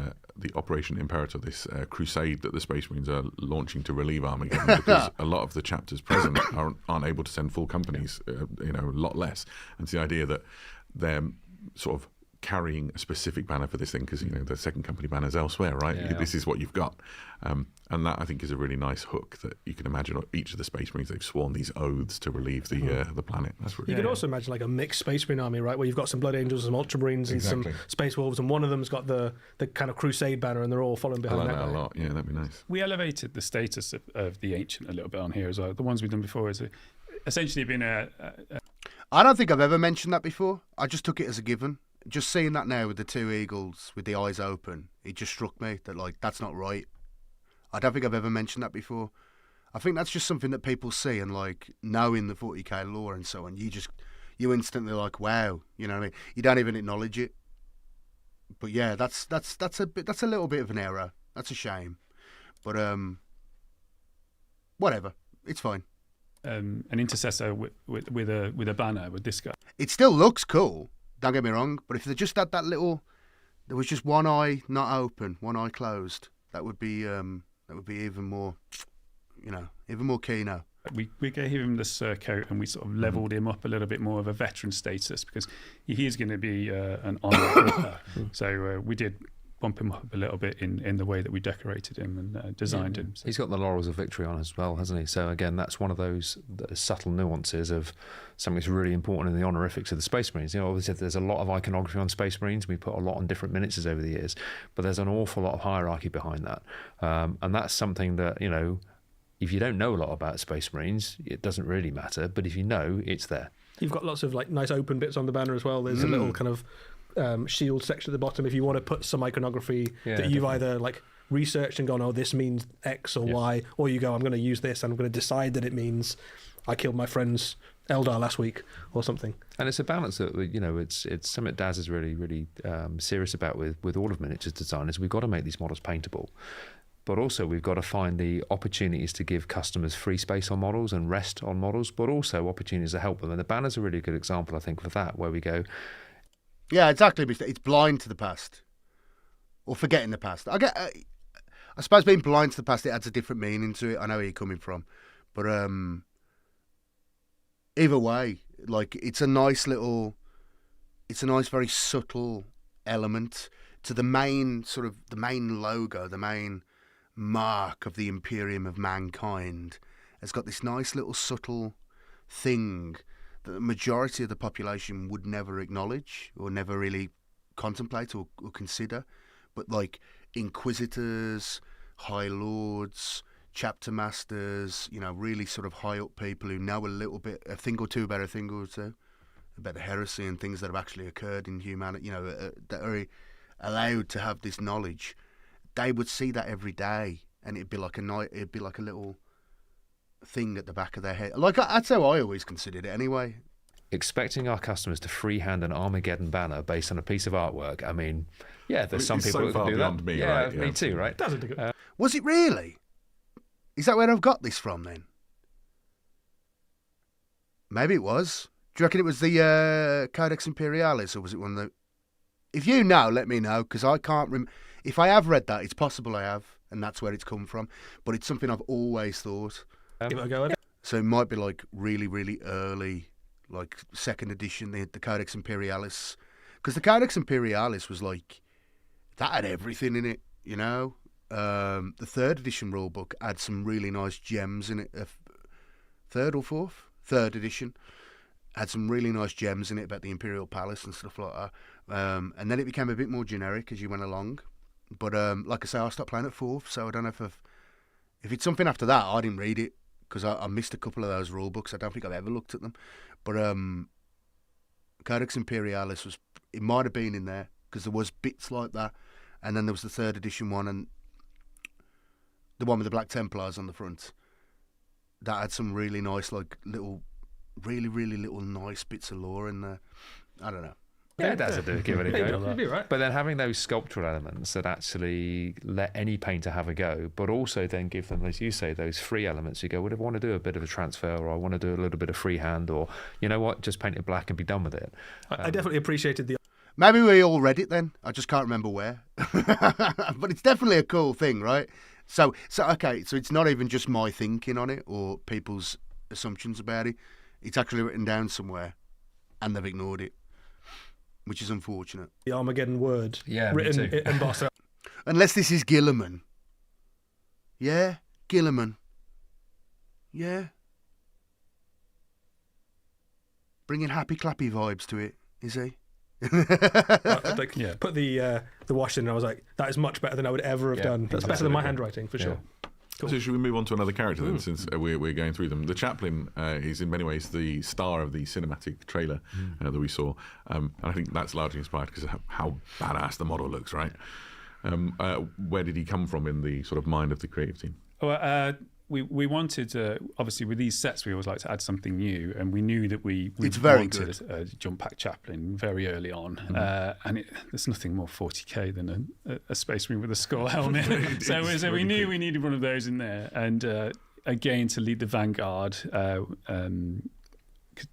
He needed to be in there, but like Joe did a great job on this. It's a super dynamic pose. He's got everything that a chaplain should have with the Crozius, the Rosarius, the Absolver bolt pistol. But he's all singing. Man, that looks sick. He's my favourite model. That looks sick. He is so iconic and he is so 40k. So he's got the tone. Hasn't He'd he, look as well? even That better sort of, as a Flesh Tearer. You know, a lot of people will talk a lot about like the grim darkness of Warhammer 40,000, and the chaplains are the absolute epitome of that. Yeah. And I think it's a really good balance of getting that grimness and that tonal variation that you wouldn't necessarily see in an intercessor, but at the same time comes back to also extremely paintable as well. You know, it's not crusted with detail, is it? It's not been, overwrought. It's actually the key elements that make it really unique and grim and gothic are really well done. But again, you can paint that however you want, and I think that's Again, it comes back to that point of we want that experience for every customer. You want to get. He's only painted black. The excitement of seeing this for the first time. You want to carry that excitement into building these kits, and you want to carry that excitement into painting them. And then if you decide you want to play games with them, you carry that excitement all the way. And every step of the design process is about how do we make. These bases have grown on me since I first saw them, because the overall model is so good. I mean, this is the starter set. They must have some sick stuff on the way. I can't wait to get this. It's going to be great. I mean, I got the Terminator Captain here, but he's a bit generic, man. You know what I mean? I mean, what can you do with a Terminator, I guess? But he's a bit generic, but they're all going to fit together quite nicely. Make sure that we have a great image that is captured then through that entire journey. And whether you build half of it and leave it on the shelf for a year and paint it later on, why are you looking at me? fine. I don't know, Eddie. You're a more prolific painter than I am. But the point of that is that we want that joyful experience all the way through, from the initial excitement right through to the last paint, the paint stroke you put on your models. Yeah, you can imagine like somebody who wants to just get that. Their sort of business methodology is coming through with the things, how they're talking about things, which I like. It's they take this seriously, man. I respect it. Chaplain on the board, you could probably do a fairly good job with 3 paints, right? You could get him looking very good. And if you wanted to just absolutely lavish your time and love onto the paint scheme, equally you could spend 100 hours painting a beautiful chaplain. He contrasts really nicely with a lot of the other models as well. And I know a lot of people that will be getting this set have got loads of Space Marines, will be adding this. For some people, this would be the first time that they've seen Space Marines. So who is that guy? Why has he got black armor? And why is he different to the librarian who has blue armor? So there'll be lots of questions, and it really says a lot about Space Marines and Warhammer 40,000. So I think it's just does. I like that the librarian, It's clever. captain and the chaplain are all like very iconic versions, Exactly, the greatest hits of the Space Marine heroes, really, aren't they? Yeah. The librarian is interesting in that he's got a very sort of clear pose pushing forward with his 4 staff. The sort of direction of the rock formation looks like it's almost sort of moving with his motion. How did you make a decision on what to do with the librarian, considering all the options that face you? Yeah, we had a chat about it quite early on. Because we wanted him with a 4 staff, it's quite easy to do an archetype of a wizard holding the staff and casting a spell. But we kind of looked back at some of our older librarians and we nodded back to the older librarian where he is in a similar pose, and we wanted to use. He's better than the Terminator one they released in this box set. He's better looking than that guy. Much better looking. It is like a classic librarian. That, and then we pushed it a little bit further. But I will say, I think they're supposed to have one arm painted in the chapter colours. They're supposed to have one arm painted in the chapter colours. So this is wrong. Wanted him dynamic, and like he is casting a psychic power. And then again, paired with the Weird Boy, which we've spoken about, that they create a small diorama. So we just wanted to make the librarian feel more powerful. I love the cloak. It's just like billowing. You can imagine the sort of psychic wind. Is there that much kit Bastion? Because I imagine these are basically slot together models now. I don't know whether there's going to be that much in the way of, without a lot of cutting, essentially. Like I imagine he's essentially 2 or 3 pieces slotted together now. This guy was. There's not really any scope for like conversion. I mean, there is obviously if you know what you're doing, but I don't know. If kit bashing's your thing, you'll find a way. But I imagine the sprue is like 2 or 3 components slotted together. I can't think there's going to be that much. And whipping around him, like it's so dynamic as a piece. Yeah, and we've moved him along with the design language as well to match the Leviathan librarian who was in the Terminator armor. Is that the sort of inlay on his armor panels? Exactly. Yeah, it's got the runes in. But there, I wasn't keen on that model. So they hang together quite nicely now. It's one of the things you'll see, obviously, when you focus on the Orc side of this as well, because there's a mirror to this. The This Orcs side look of sick, of man. set I want to wasn't watch made in the Orc isolation. one. It's quite the opposite. We planned all this together right from the start. So when, sorry to interrupt, but so when the librarian is being done, is the designer working alongside the designer of the Weird Boy to sort of? That's really cool. Yeah, I was over at the desk and they were over at my desk. That's I was awesome. lucky enough to make the librarian, and we had them on screen together as well, and then we tweaked them. And it was the same with the captain and the war boss, which we'll talk about. So again, small dioramas. So if you got them, and you just went, I'm just going to make a diorama out of them, and they'd work perfectly together. Very cool. So yeah, having that interaction, the whole set together adds to that cinematic feel that we were going for. So, Well, let's talk about the captain, because I think a lot of people, certainly when we did the unboxing, The crowd went wild. The crowd went wild. Yeah, I mean a lot of love for the captain. Yeah. Possibly the best Space Marine captain model we've done to date. I think right. He does That's a look bold claim, amazing. but he's very cool. How did you go about creating that? So the idea with him was pushing the pose as far as it could go, making him super cinematic. I keep saying cinematic, but it was such a driver for the set. He's drawn his sword right back. He's got his scabbard behind him, and he's about to take on the fight with the biggest war boss you've ever seen. So he needed to take up some room and some presence as well. And he's got those. Dom said very early on, we want the classic weapons of the knight's weapons of the shield and the sword. So yeah, He looks it was sick, all man. about pushing that combative nature of him and making And they've sure got to he hand had it to him all on the paint elements that job. a Space Marine captain should have, so that you know instantly The he's Leviathan boss, Mini's you know, got he's the later. leader. Yeah, there's It's no easy doubt to that you look at this, alter you're like, he's later definitely on. in charge. Okay. Exactly, yeah. And we had to do that. Well, we I've had got to them keep here. pushing him because the chaplain was standing out so much. We were like, we need to elevate. wanna this build guy the more, Terminators. He was like more and more, but being very conscious of it. But yeah, making sure he did feel like the classical Space Marine he's sick, captain and the leader of the whole force. He's in pretty august company, isn't he, when you think about it? The amount of detail that's going on with the chaplain, the librarian is extremely sort of well decorated with all that extra detail on his armour, his long cloak, and then the size of the standard for the ancient. You really could imagine he is competing amongst his brothers for sort of that status. I think some of that battle is won by he's got like a really cool hero rock. He's got the sort of iron halo silhouette behind his shoulders as well. There's a lot going on in his favour. Some great helmets on that kit as well. I think that's one of the things I noticed. I really like the kind of Greco-Roman plumed helmet. It's really cool. But the unhelmeted one is very cool as well. Did you have a favourite of the mix? Yeah, I think they've all seemed to have gone down quite well. And obviously you can. That's the only problem I have, because the flesh sharers are supposed to be like pretty utilitarian. No guff. They're not like other Blood Angels, No over the top stuff, no jewellery. So like, I want my guy to just have like a plain battle helmet, essentially. I don't want any of the fancy pants stuff on my flesh terrors. I want them to be quite just brutal, basic. They're there to do a job, and also go blood crazy and start thinking that they're sanguineous while they're doing it. So yeah, pop different heads on if you want to as well and make him your own.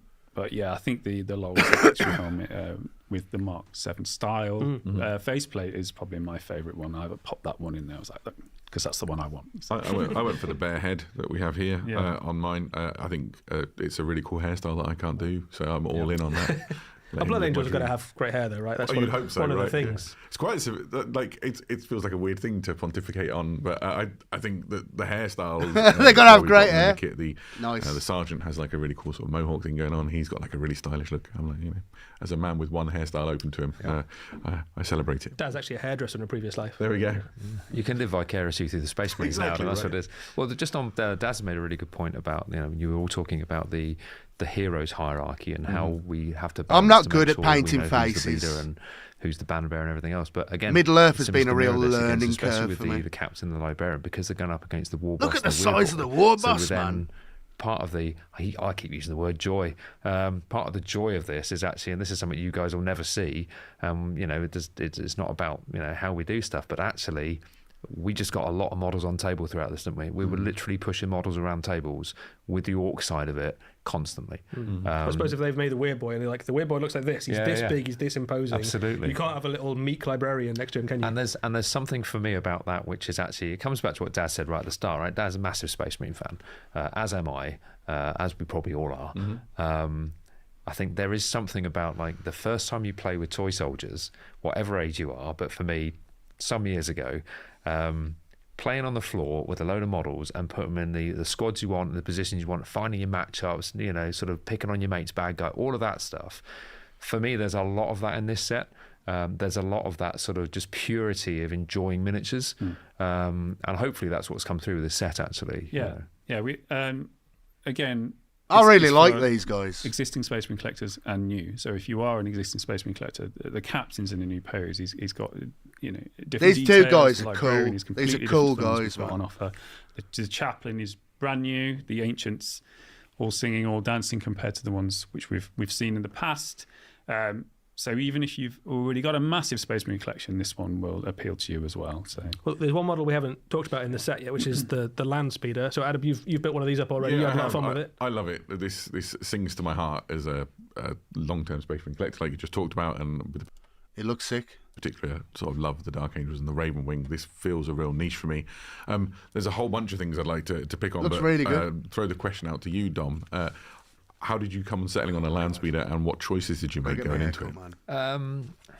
We went through a lot of choices. Actually, I won't go through what they all were, but it really sort of came down to it was the right fit. All right, there was thematically, it just really worked. I'm a neckbeard. It's really, I hate really great design. If you take it right back to the if you take it right back to the origins of Space Marines, we've always had land speeders. Yeah. And I think this felt like a really, really good space. Especially also, there's something else about this, that the size of it fits in your palm. There's something really satisfying about having like a almost a hand-sized vehicle that isn't overly complex, that actually paints really well, that builds really well. It's zippy in the game as well as it's around the battlefield. I don't want to cut you off, but the build on this was incredible. I've built a lot of models over the 36 years or so that I've been Warhammering, but this, for a vehicle kit that you might expect it to be kind of complicated, the push fit on it was incredibly straightforward. Dare I say simple? And I love the way that all of that goes together. You remember, back in the day, we'd be putting elastic bands around kits and things to hold them together. I have memories of the early 2000s land speeder and basically just sitting holding it for about an hour while it dried. There was literally... Yeah, I'm surprised they haven't brought back jet bikes. You'd think that would be like, instead of them little buggies which look silly, you'd think they'd have like jet bikes at this point. I like the new bikes though. I think that's a really nice look, but I don't know, man. I'm surprised there's no jet bikes. Yeah, it's a weird thing that they haven't done. None of that. Then again, in the 41st millennium, this is something they changed in the lore. In the old lore, like the Dark Angels were the only chapter with like an operational jet bike left. It was that Samiel, the commander of the Raven Wing. He had the last He's supposed to have had the last operational jet bike, and they've just forgot that, changed that now. And now there's just anti-grav everywhere. I blame Dan Abnett, right? Because he started slipping in anti-gravity stuff in the Eisenhorn novels, just as like to help with the story, because people were like zipping around. I remember first time reading it, I was like, that's not right. There's no you can't just have anti-grav on a planet. It's when Eisenhorn's like running away. I think it's in the second book. They're fleeing. They've gone incognito, and they're on some planet somewhere, and they get into a land speeder. And I'm like, that's not right. That's not right. Anti-grav technology is supposed to be super rare. That was like one of the reasons why the Tower was so cool, because they had anti-grav technology. It was one of the reasons why it wasn't just that drones were AI. It was that they were like anti-grav, and now you've got gangers in Necromunda driving around on jet bikes. I know, Cole. I know. I popped it together over a lunch break and was over the moon with how well it went. So when Dale made Cool. this, Yeah. I mean, he's an expert vehicle designer, and actually the function of how this goes together was paramount, because we didn't want any model in this kit. We didn't want to sit there and go, oh well, that's a bit of a weak spot. And the way he constructed this, for me, it's almost just click and play. It's so straightforward. But looks none good. of that is expensive design, I don't think. And with it being push fit as well, it made it doubly hard as a designer. And Dale, as Tom said, did a fantastic job. Going back to the first, it was why the land speeder. Yeah. We did look at the Space Marine range, and we know we've got the larger land speeder. And I didn't realise how big it was until we got it back onto the table, and I looked. So there's definitely a gap for it to fit within the range and to bring back the classic look of the land speeder. So yeah, it's fantastic. Classic weapon options on there as well, Exactly. obviously. That's where I was going. Yeah, absolutely. It looks sick, man. We've gone for, essentially, you've got the Gatling gun on the front, which has got the option for the heavier flamer instead, and then the multi-melter. So it really does feel like it's keying into those classic choices. One of the things I wanted to talk about was it's got this really nice scenic base element, which operates instead of Ghetto the anti-grav repulsor clear flying plates. Yeah, stanchion man. you sometimes see on our kits. Can you talk about that a little? Yeah, very much. A couple of things. It's little things like that that are disappointing, yeah. Like the whole thing with the Primaris things, they're bigger and stuff. And it's like, okay, so that means that none of the armour that the original Space Marines had can be used again because they can't fit into it. Like Terminator armour shouldn't be able, like all the relics, even the guns, they can't fit. You know what I mean? It's like all that sort of stuff. That's why they shouldn't have done it like they did it. Just upscaled the models and told everybody, just buy them. You're going to buy them anyway. Let's not make up this Primaris thing. You get me? All those little, like it has effects on the rest of the lore. Because as well, why are the Chaos Space Marines that big then now? You know what I mean? Like why are they that bigger now? Because they should be the same size as the old Marines, shouldn't they? It's got ripple effects. Or the badly thought out world building like this, dramatic changes have ripple effects in a lore and a setting that has developed over 20 years. And that's the issue. Or 30 years. Really, one, narrative. It's give us another It's way option. cooler than It's much cooler, right? You've got a nice rock with a smoke grenade under it. I think actually it helps with how you build it. You can push all of that together with no glue. Exactly. You see, that's what I say, the breastplate stretcher. Looks like the Terminator's got the breastplate stretcher out. Because it's just, armour doesn't work like that, you know. I don't know. Anyway, it is what it is. We are where we are. Get with the programme. If you want to, but Buy the Space Marines. And buy them at Element Games for the best discount in the industry, as well as the best customer service. I recommend it to you.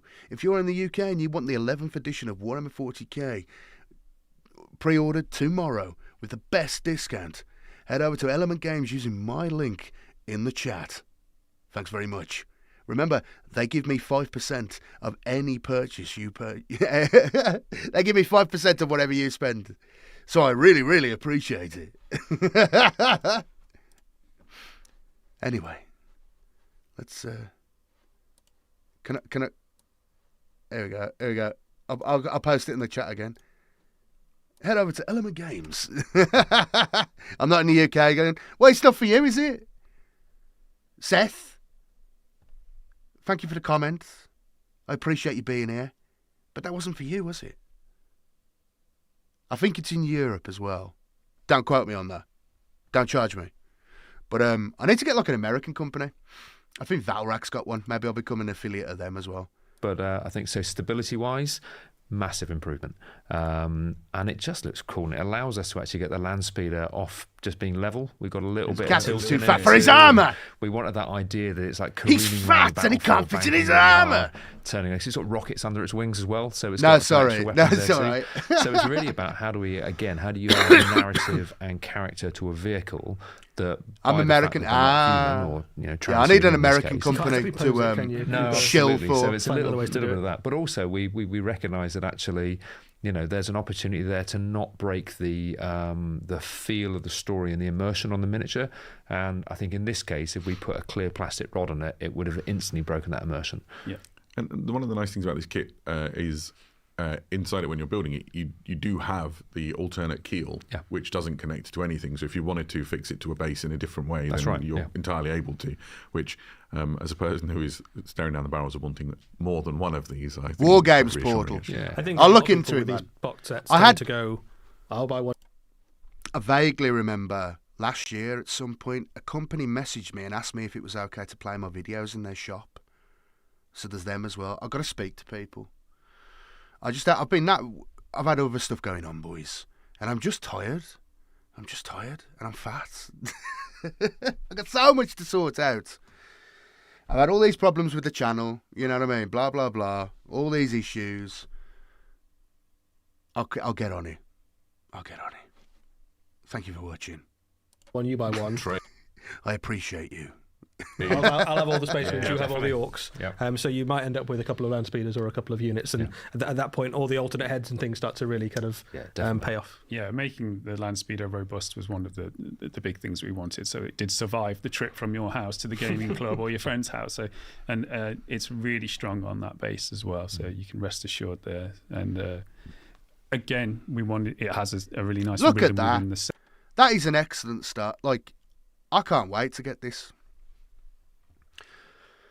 I was still in a little bit of two minds before I watched this, but now looking at them all in a lot more detail, this looks sick, man. And I got my little. I've got.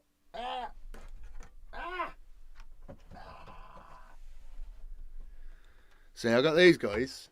I got them guys, and this. That's a nice little, not very good, but 1,000 point army, I should imagine. I'll have some fun with this. Set. So it gave some height to the Space Marine side, and then looking at the Orks, they don't have anything that's flying, so it balanced that out really nicely. We made those decisions very early on. You can relate overkill. What, to being tired or fat, or both? One usually follows the other. Oh God, I gotta get pumping again, man. I need to do lifts. I need to do. It's like this summer. I've got to just go for it, man. I've got to crack this before I get too old. Otherwise, I'm stuck like this forever. Altogether. So Daz, when you get your box at home and you're finally allowed to take Both. your own copy home, what's the first Same one you're here. going to build up and paint?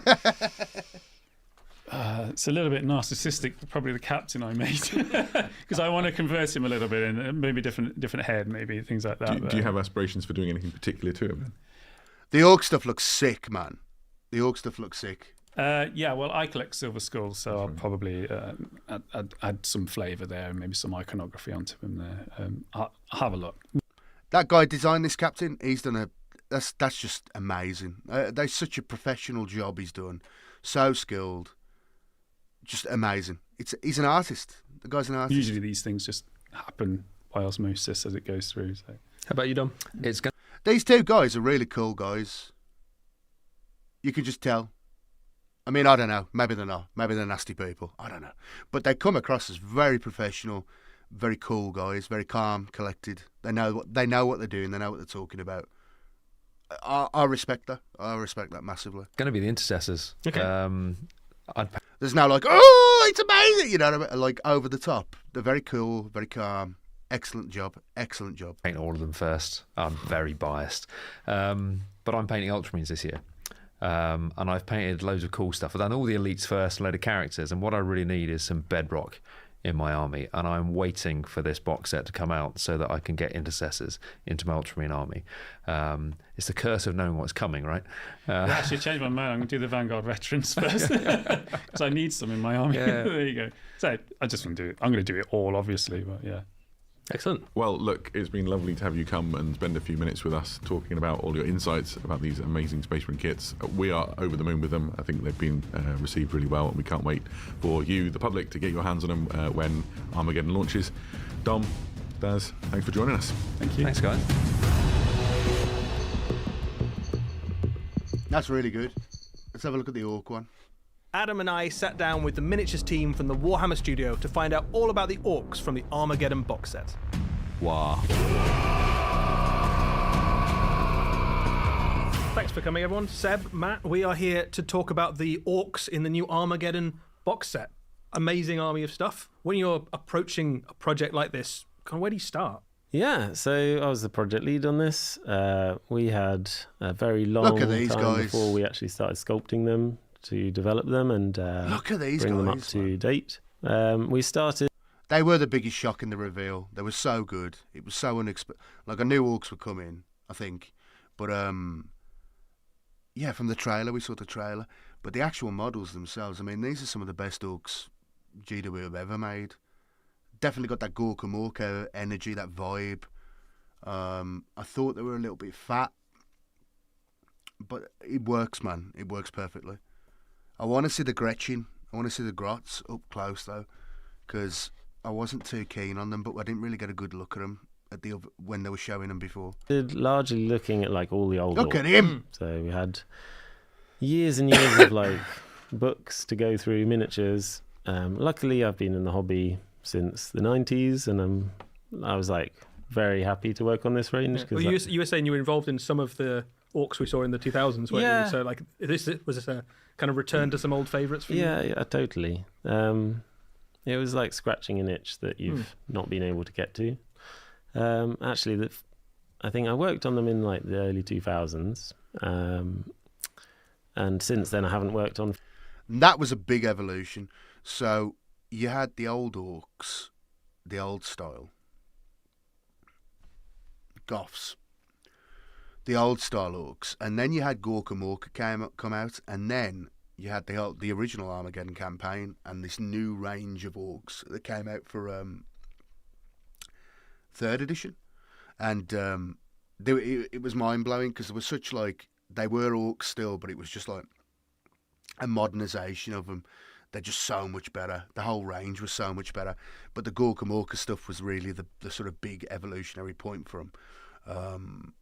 Yeah, those plastic Ork kits, they were sick, man, for the time. They were amazing. 40k has a large range.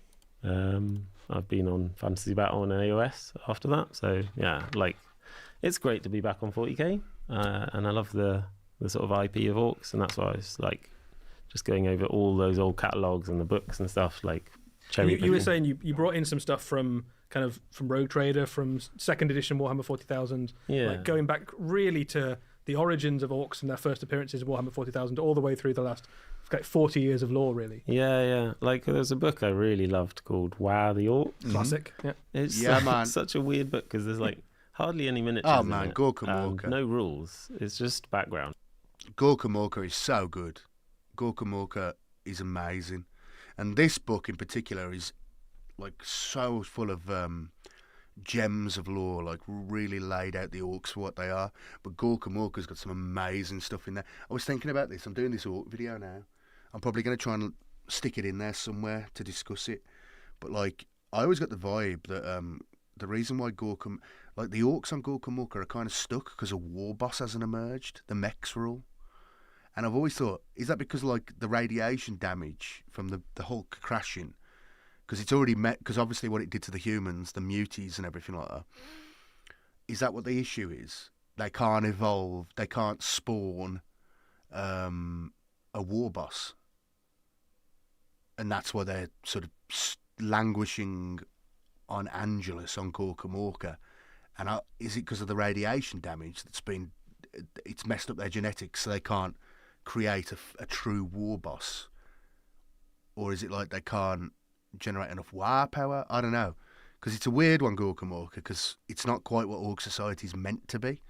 But yeah, And yeah, it's really cool. Like the art is. Orks really can't even great. read. Yeah, It's crazy.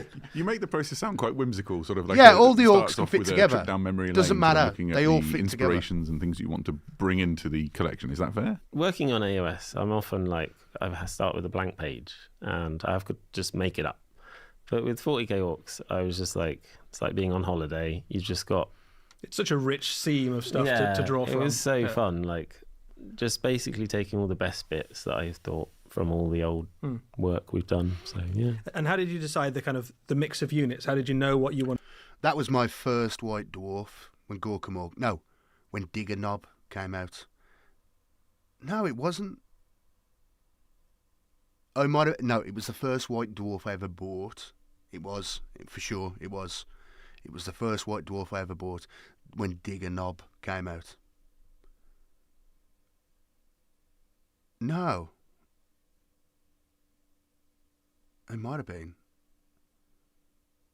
No, it was. No. I'm trying to remember now. Because I went... I'll tell you a story, and then we'll carry on with this. So my great-nan, she was born in the 1920s, or 1921.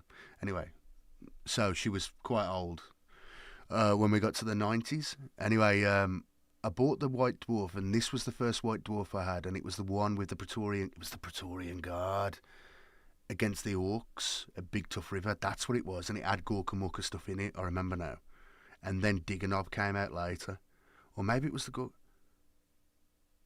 No, it was the Praetorian one. Anyway, I took it round her house and she went, "Oh, that's Zulu," because they got the battle report in the back. I might re-release the Praetorian Guard video. I've got that somewhere. I need to put that back out. That was one of my best performing videos. It was like the fourth video I ever did. And I think it got like 10,000 views. And I was like, wow, that's no, it got 5,000 views. I was like, that's amazing. This is like nearly 10 years ago now. So I might bring that out again. And it still stands up. I think it's probably one of my better works, I have to say. But yeah, man, she went and got me the Zulu video. I'd never seen Zulu. She went and got me the Zulu video. She went and bought it from the shop for me the same day and brought it back to the house and said, "Yeah, watch this, you'll like this." Wanted to kind of put in the box. Yeah, that's like a conversation with the design manager on the project.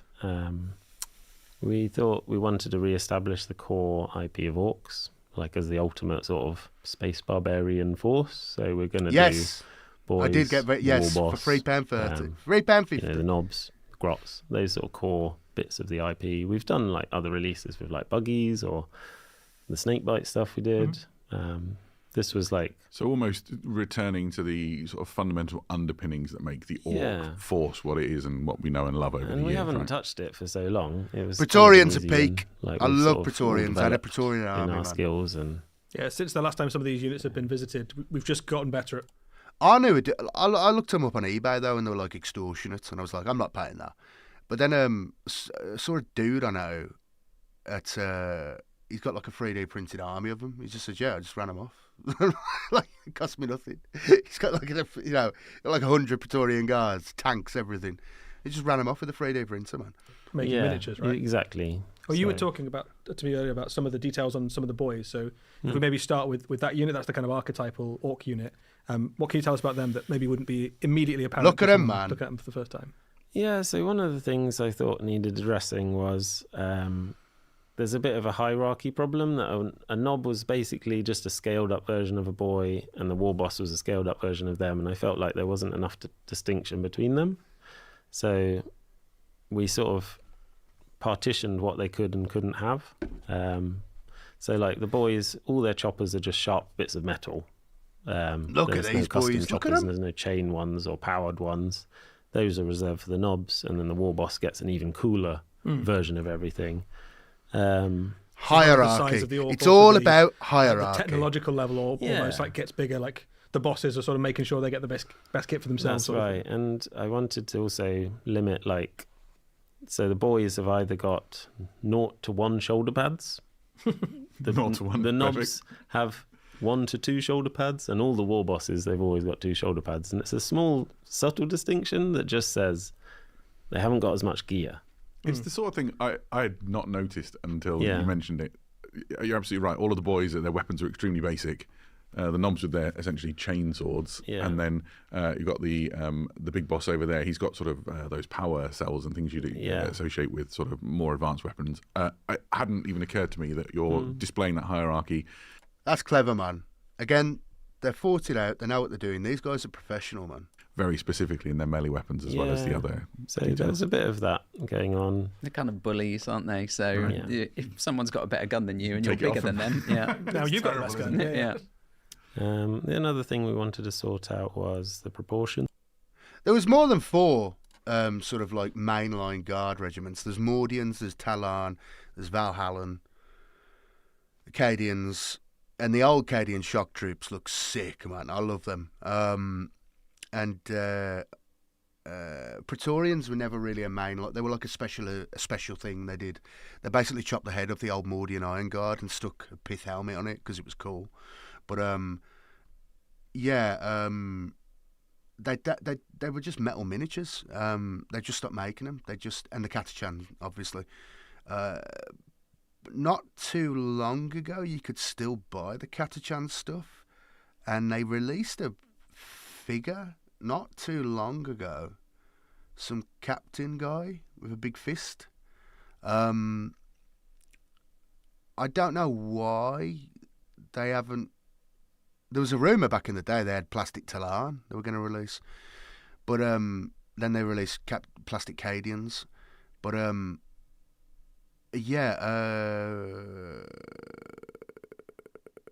they just haven't done the range. You know, there's a couple of other regiments, the Vestroya and stuff like that. But they've just concentrated on Krieg because Krieg sells, and Cadians because they're a good generic unit, and you can make them into other regiments easily. Because like the Cadian is supposed to be the standard Imperial Guard unit, but obviously it'd be great to have Valhallans back. It'd be great to have Iron Guard back. But the Praetorians were like a special little side thing. They weren't really like a mainline regiment, although they have become that in the mythos. But they were just like a fun thing. I think they were like a special edition thing released at like a Games Day, if I remember.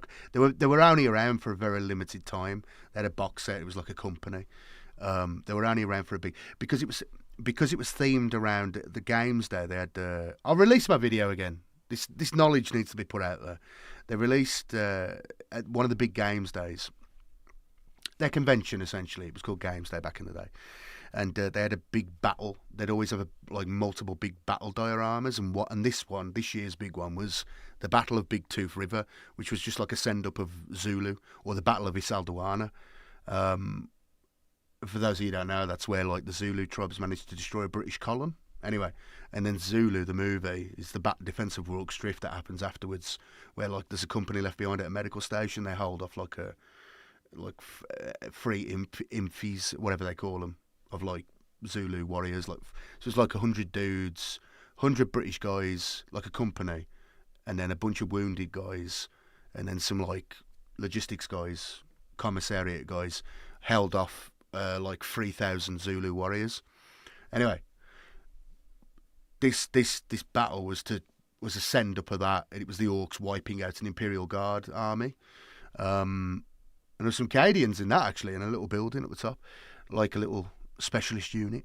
But yeah, then they released this Praetorian range on limited supply, because that was the the regiment getting wiped out, because obviously it was a send up of the British column getting wiped out by Zulus.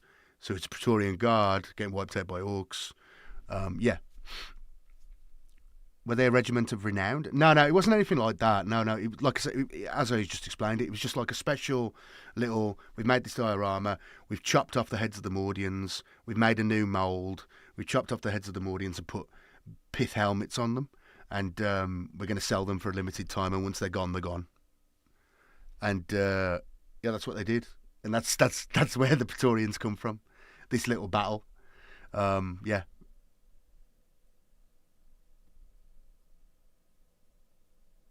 Oh, is that what he was? Forge with that Talon ready to get. That makes sense, actually. I did not know that. Yeah. That makes sense. I did not know that, James McCann. Actually, that's filled in a little puzzle piece for me. I did not know that. You like how the Mordians always wear dress uniform? Well, I think it's supposed to be based on that movie, and I can't remember what it's called, about like the US Marines taking Algiers or Tunis. I forget what it's called. It's that movie. And there's that classic scene where they all just go in front of the local sultan or emir's palace and just gun all of his guards down and storm in there and take him hostage. I forgot what it's called, man. It's a classic sort of like pre-World War One movie. I can't remember what it's called. Days of something, maybe it's called Days of something. But that's what they were going for with that, like Marines, and supposed to be American Marines in their dress uniform, as they would be, you know, pre the horrors of trench warfare and snipers. You know what I mean? It's just a brazen, you know, dress uniform attack force. Yeah, anyway. I felt like when you put some of the older Orc models up against a Primaris or Cadian, they looked maybe not as like... But the Mordian Iron God are supposed to be... well, it's supposed to be a lot of things, right? It's all just inspired by... But, like, I think that was the inspiration from it, that movie, with that scene of the US Marines going in there like that. Grown up tonally, like the sort of realism level was less. So one of the big changes we did was reproportioning them. That doesn't mean resize. Yeah, I bought... They did... before they went fully off sale, they did a special deal for Praetorian Guard, and it was a Praetorian Guard Armoured Fist squad. So it was a squad of Praetorians with random weapons and random sergeant. There was only 2 sergeants, but anyway. And a Chimera, and it was £20. And it was amazing. And they painted the Chimera blue, and I was always like, that's amazing, because I'd never seen that before.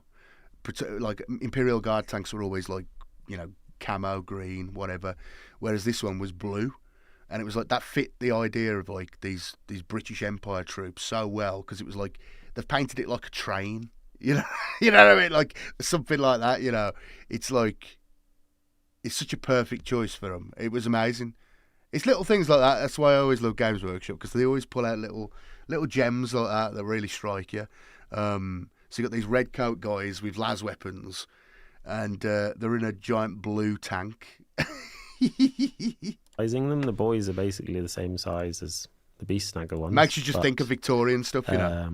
The guns are smaller. It's a very Boxer Rebellion look. Well, you know, Acadian. Well, it was the same time period, wasn't it? I mean, when was that? I read the book recently, man. I didn't know much about the Boxer Rebellion until fairly recently, man. I read the book, and it's by it's the Siege of Peking or whatever it is. But he goes through it, you know what I mean? Because there was a bunch of diplomats in the city, and then their march up. Like, I didn't know any of that stuff about the Boxer Rebellion at all, really. I mean, China's been through a lot, I gotta say. You know, like, when they say the century of shame, they're not wrong. Like, they've been through a lot. It's still massive. They're still like big bombastic weapons, and pistol's still the same size as a human torso, isn't it? Exactly. So it just meant that when you look at the whole Orc, the relationship between the weapon and the Orc is still more Orc, and that's what I felt was the biggest threat of the model, is the Orc. It leans into how hulking they are. The descriptions in the lore are always these. Oh, I like how they took out the Chinese fleet by just like sailing up to it and taking over the ships as well. That was like, how are we going to get through this? They've got shore defences. They've got a mini fleet that they've brought off someone, I think France. How are we going to defeat them? We're going to take massive casualties. Let's just jump in a rowboat and then go and climb up on their ships and like, steal the ships. Amazing. Hulking brutes, you know, they have a forehead that can stop a bullet, that sort of thing. And I think that really lands with the way these are presented. They've got like a looming presence, which is quite sinister. And often we laugh at Orcs, you know, they've got this sort of slightly slapstick These boys look brutal, nature man. to the way they're presented. Yeah. But that's only if you're far away. When you get up close and suddenly you're faced with the real brutality and cruelty of the Orcs, it's a very different story, isn't it? Yeah, they should always have that. Well, it did work. It did work. Completely over the top look. They're not subtle. But still horrifying, right? When you get up close. They're still monsters. Yeah, it's a monster. He's going to chop you up. Well, let's talk about, before we get into the very cool stuff in the box, we'll talk about Grots for a little bit. Yes. What can you tell us about the Gretchen in this box?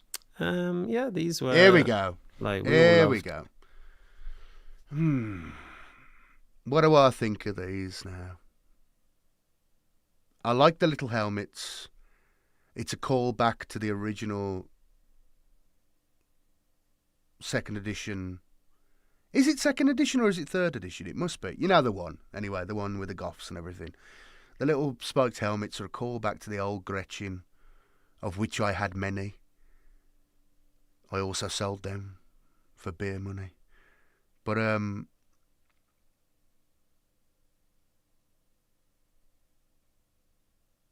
yeah, I like them. I like them. I like them. I like them. The sort of metal Gorkamorka. They look like horrible things. They do look like something that would climb through your window and steal a baby. You know what I mean? Like, they are like... They've got that goblin look. They're terrible creatures, really, and they all... It's like you think orcs are just like fun and stuff like this. When you really think about it, they are the most vile creatures around. They are like a disease on the universe.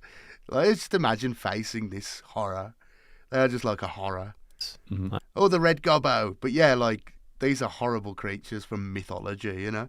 When we look through the back catalogues, Brian's ones were so sort of perfect sculpture. Yeah, they don't look good. They've got enough goofiness to be orcs, to you know what they are, but like, you know, like he's got his little belt on there, his trousers don't quite fit him.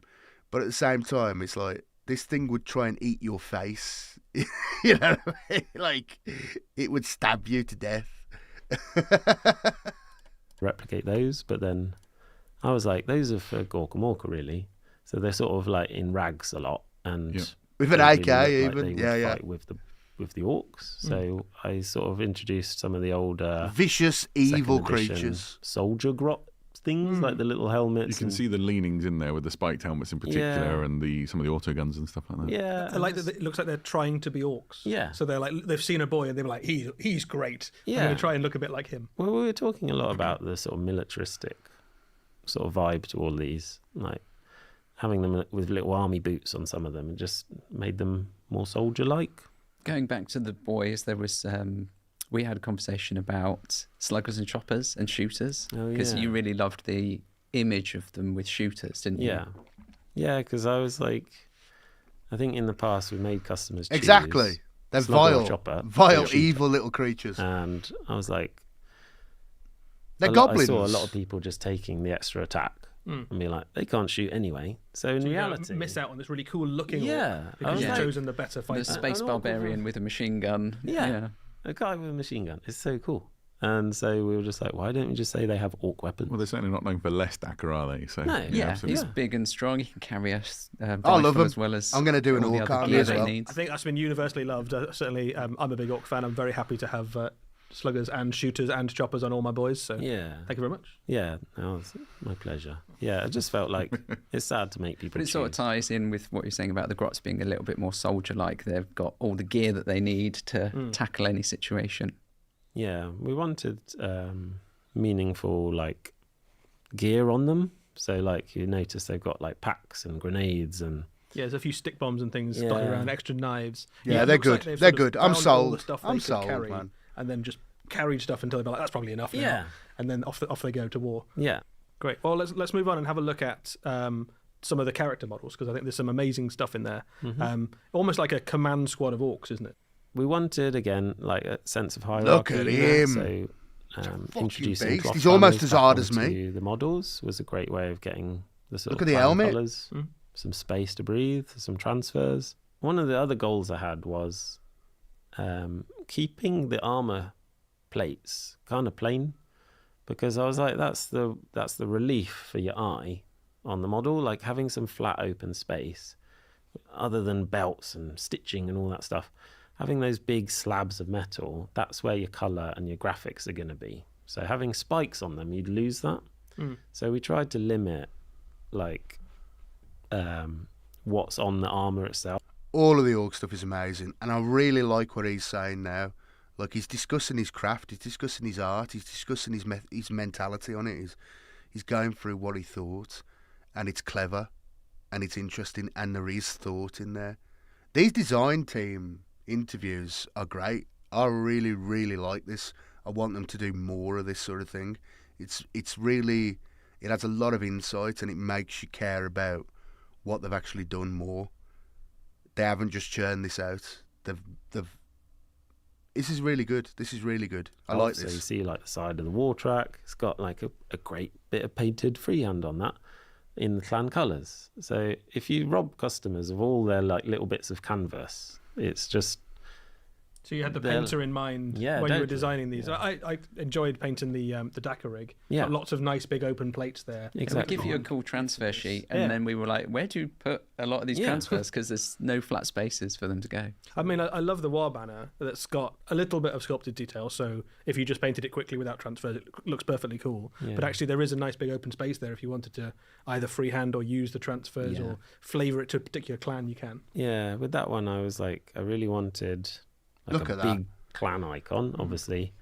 But then, like, they have all that cool IP of those little sort of glyphs with like, then they have meanings, so you can choose what glyphs you put on your. And tell the story of your war boss and his retinue. With It's the just things so on. fun.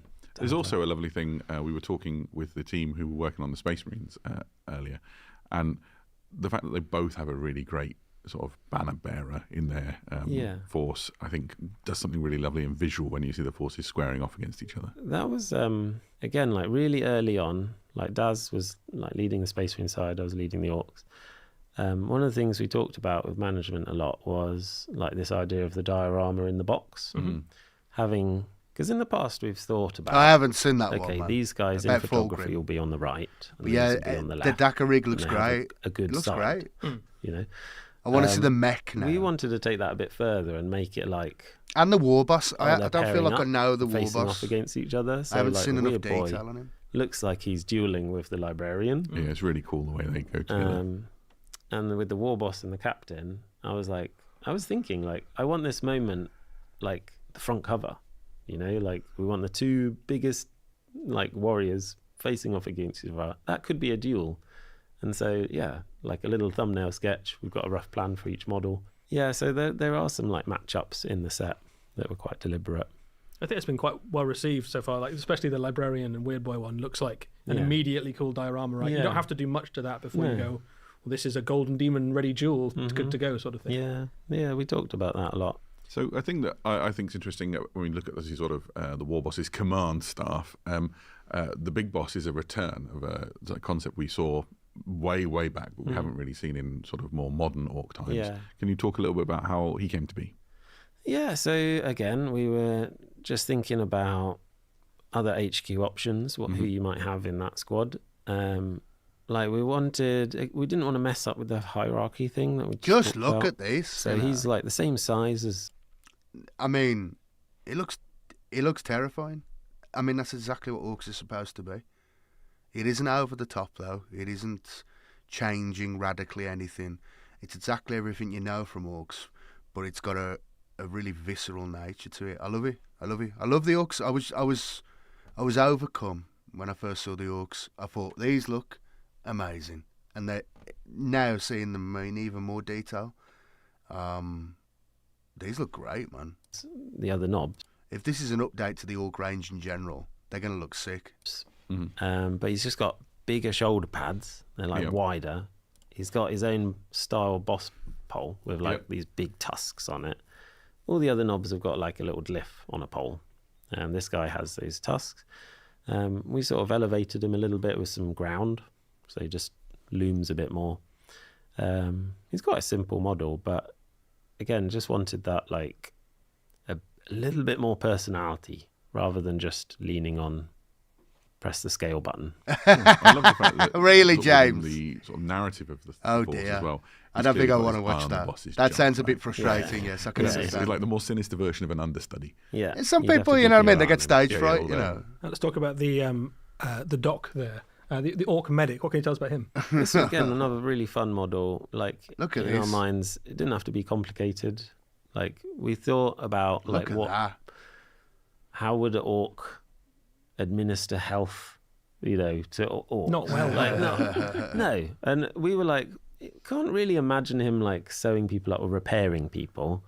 So we talked about like giving him some like horrible syringe that just sort of stimulates you. Yeah, enough that's to keep frustrating, fighting, yeah. even though you might be injured.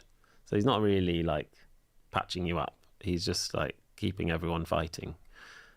with his horrible syringe, and just having him in that pose, it just looked like your the worst pose is nightmare. very fun. Yeah. Excellent little grot alongside him as well. The grot orderly. What keeps other orcs fighting probably also kills humans. Yeah, totally. Yeah. He's an absolute lattice work of stitching as well. We wanted lots of sort of body on show to show that he's done his own surgeries and Look how good it is, boys. Don't worry, you'll be fine. like a scary little peg leg that's hobbling about. I love this. I love that. These are so cool. Orc healthcare is not it. Yeah. Well, let's talk about some of the vehicles in the kit. So there's two new Yeah. vehicles. If we start with the War Track, this is a returning Look at that. classic for the Orcs. We saw War Tracks in previous editions. This one is lots of homage to existing ones, but also lots of new features. I think with all If they bring out Gorka Morka again, I'd be so happy. Just with this Orc range, it'd be amazing. Orc vehicles, they should look like you could drive it into a brick wall and it's fine. Like they should be ramshackle and like crude, but there's a sort of bomb-proof, Like ruggedness to them. yeah. And so, yeah, I think our most successful orcs do look like they're just really tough. So having those big slabs of armor, the tracks look like really gnarly. That beaky very helmet pricky. on the banner pole, man. It's beautiful. Yeah, the tires. It's beautiful. Are like It's everything it's meant to be. really knobbly, super grippy, aggressive tread. Well, it's just perfect for getting around on Armageddon, right? Which is Yeah. always portrayed as this sort of ash wastes and like a hellscape, but you know, like essentially flat ground with rocks between like towering hive cities. Right? Yeah. So I'm like a really keen mountain biker, and I love riding bikes. And that was one of the things I wanted to address on the new Orcs, was just like get some proper bike workings on there. So like I was working on this straight after Wazdaka, which was like Another great model. I love bikes, so I was like, yeah, I'm gonna Make sure they're working. go It's to all town. work. Yeah, it's sort of- We did a lot of concepts for this one, didn't we? Like getting the weight of it right. How fast should it look? How much suspension should it have? How high off the ground should the rider be? And yeah. I think it was quite a late decision to put a knob on the back, wasn't it? We wanted it like, if someone's gonna stand on top, like it's not gonna let a boy just Use all that massive grab gun. that rocket launcher. Yeah. So we thought, It's got that Mad Max feel from the more recent Mad Max movie. For sure. It's great, man. It's really good. it's probably gonna fight. It looks off. like a lot of fun, doesn't it? Yeah. So because it looks like a lot of fun, everyone's going to want to do it, which means that the biggest orc's going to get to do it. Yeah, and kind of like that barbarian analog. Like this is kind of like a chariot, and he's that's a fun kind, way to think about he's it. Yeah, I kind like of that. like a chieftain. Nice, So like, nice reference. Yeah, or like the Good. champion of a unit of bikes that's with him or something. He stands up higher than them. And yeah.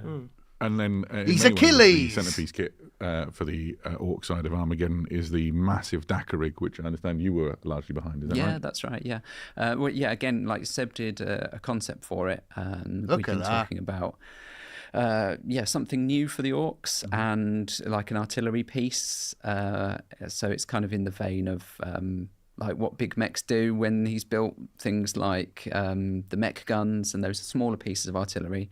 If he's built something so big he can't carry it, he needs some big mechanical legs to strut around on. Oh, so the rig is actually a solution for the massive gun he's made. I think so. Yeah, That's cool. Yeah, it's kind of like a gun turret, but it can That move is cool. around. That is really cool. Before we started talking live, Matt was filling me in. I really like the complete absence of health and safety protocol with these drums at the front, which I assumed are for Prometheum, and you put me straight on that, right? Yeah, they're ammo drums. So the belts from it's a 4-barreled rotary gun, but it's got 2 belt feeds. So I guess it fires from the top and bottom barrel simultaneously, and then it's going to churn through a lot of ammunition. So he's got 6. Don't tell me GW is trying to do like gun mechanics properly for once. Drum magazines, and when they run out, they That's kind of cool, drop down in a chute, and they drop out the bottom, and the model's actually crushing a spent one underneath his foot. Oh, There's that's also loads cool. of shell casings out there, That's like cool. scattered around the bottom. So you can imagine it's just sort of wading forward and Yeah, there's lots raiding of shell empty, casings as it goes. There's lots of empty casings like around his feet. He's kind of like on a little deck, so you can kind of get the impression that he's covered in brass and smoke. And He also looks like he's having a great time. One of the things that I love about that is there's often a misconception that orc technology works because of like war magic or whatever, whereas actually the mechs are weird geniuses at making gubbins that actually do the job, right? Yeah, I think It's a mix, right? I'll give you my take before we go on. It's a mix, right? It isn't that the gun shoots because the orc thinks it'll shoot. The gun is designed to shoot. It's a gun. It's just orc war energy makes it work better, if you get me. Like, red ones go faster. It is because the orcs think that. So that has a subtle influence on the power of the war energy and warp energy. And it does make it go a little bit faster. But it's designed to go fast anyway. It's been built to go fast anyway. It isn't, it isn't just that the orcs want it to. It's just it helps. Okay, it helps. That's my idea anyway. He might not be able to write an instruction book on how to build one of those. But he innately knows. But he knows. He gets hold of some bits and he starts putting things together and he knows what things work together. Yeah. And it sort of stands back and he's like, yeah, that's kind of what I imagined in my head. Yeah. Let's see if it works. Yeah, we talked a lot about that, like, design ethos of, like, how much should this look like it works? I think if you've got a machine gun, for example, if you remove too much of the things that you're familiar with seeing on machine guns, like a barrel or a magazine, or like even like the cocking arm, like if you remove all that stuff, it starts to like not Doesn't read speak right to us, right? Yeah. So like, It's like applying WD-40. we Exactly. did explore a lot about it just how helps, this all you know? works. How much can you strip back and it still feel right? And we say orcs are crude, but that's probably because Thank you, Joe. into like Eldar and Space Marines. Like, I think I couldn't make a gun rig. It's pretty cool. Quite complicated engineering, like it's an engine and guns, and you know. There's a nice thing with it as well, which is the sort of where sort of that brutal, chunky sort of technology, you know, the legs, the gun itself, meets that slightly more arcane and weird stuff that the orcs are sort of known for, with his sort Exactly, of, Mr. force Typhoon. generator on his back. But might not There's necessarily, melding of but it those still two shoots, doesn't design it? You see, inputs. And you that's see the- similar still look shoots. to that on the I don't know what you'd call them, the tendrils coming out of the weird boy's head. Yeah, there's got to be some stuff where we're just like, that looks mad. Don't really know. Absolutely. It's mad science. Yeah. If you had to pick a favourite unit or favourite model in this box, then Seb, what would you? Show me the war boss more. Probably the war boss. I never made it, but it's You're allowed to pick the one you made. Yeah, It's fine. it's probably because it was like something I've wanted to make for years. Okay, so I'm I was sold. just really happy I'm to sold. finally You were do talking that. to me before we started about like how you Look at that decided how banner big pole, war man. The boss fist. could be, Yeah. and you, obviously we talked a bit about how big the orcs are versus how big the knobs are. Yeah. But you also used Gazgul for reference, didn't you? Yeah, so we did reference like an early mock-up of Gazgul. Make sure he's not as big as that, like without the armor on. So a Gazgul outside of his armor. Yeah, that's cool. So we're not like and That is cool. This guy That sort of is fits cool. between essentially the knob That is cool. class man. of orc and Gazgul. I think Gazgul's leagues ahead. Yeah, exactly. He's just Well, so he's huge. the biggest and the best, right? Yeah. I That's probably really would. cool. But if, about once you, I get Matt? these orcs, What's I your probably will get favourite thing in this Gazgul box because the then? model is I great. think it's the I love the Gazgul model. I just think it's silly that Ragnar Blackmane chopped his head off and then nothing happened. knobs in the boys' units. I Okay. love the shooters with the belt. And why Ragnar? Ragnar had nothing to do with Gazgul. You know what I mean? Like it's a good job he isn't dead because it would have been so anticlimactic, you know. If it was like Helbrecht, I mean maybe, but it's Yarick and Gazgul. That if it ever ends, it's got to end with them two. I don't know. Of ammunition draped over his arm. Those guys look super cool. And there's Look at one these. last Look at element of this box that we haven't talked about, which is scattered around the various orc units. There are a handful of squigs on some of the models. Have you got a favourite squig in the box? I quite like the little hiding one in the helmet. Sorry? There's a hiding on the helmet. Yeah, there's like, I think it's this guy? Yeah, on this Oh, knob. yes. Yeah. There's a Space Marine helmet with a Nice. little squig nestling in it. He That ate went his wild. brains! They were like, show us all the squigs. Go He on, ate the which one's skull! your squig of choice. I can only see one from here, and the little one who's is he And sort of Just hanging off the the orc's Yeah. leg. Oh, like, yeah. Yeah. I quite like the one in the big boss sprue that's got Oh, like yeah. a little spiked tail. Yes. There's yes. some variety to the squigs there as well. They're not all the same shape, just No. various squiggly beasts. Yeah, squiggly beast is exactly the term, like from that original book. Like, because I've worked on AOS so much, every range I do, I add these little creatures, Everyone loves them. and Keep 'em they coming. always steal the show. So I was like, we've got them gotta be- already. gotta have 'em. Squiggly beasts. Gotta have I 'em. think there's something quite charming about that almost comedy, sort of light relief element in the grim darkness of Warhammer. Right? Battle So, reports don't and count. you're looking at this barbarian horde descending, and they've got these absolutely charming. I mean, little, Abaddon squiggly killed beasts, and then some of Eldari those also Ulfwan bite your armor. in Yeah, one battle report. that's what we- And they like, wrote some they look lore. cute. But it They doesn't, sort you know, of, they wrote a little short you know, story. you lose It's a not finger real, to though. it. I don't know how intentional it was either, but I sort of love that the Dakar rig Helmet sort squig. of looks a bit Helmet like a giant squig. squig if you It's you very squint. deliberate. Yeah, oh, good. Yeah. All the sort of It's very the Death deliberate. Dread is kind of an orc. Killer Can's kind of a grot. This is kind of a big squig. So yeah. Very cute. Excellent. Well, thank you so much, guys. It's been really That's interesting. amazing. This is the Warhammer 40,000. Look at that. Oh, Side I'm going to of go the and buy Armageddon it. box. I'm going to get it tomorrow. Thank you. Cheers very much. Look at that. I'm going to get it tomorrow. And you should get it too. Use the link in the... Use the link to go and check out Element Games for the best discount on this amazing thing that you can pre-order tomorrow and get by the 20th, apparently. But on that note, I'm done, man. I can't talk. I'm done, man. This is too late for me now. On that note, I will depart. Thank you all for watching. I need to go to bed. It's 1 o'clock in the morning for me. I did not realise it was that late. I'm still going to try and get laid. I'll see you later. Have a good weekend. New video out on Sunday. Check out some of the more recent ones if you haven't seen them. And do remember to give me likes and hypes and comments and all that stuff. I'll be back again soon. Thank you all for watching again. Have a good night. Ta-ra. Have a good weekend. How do I turn this off? All right.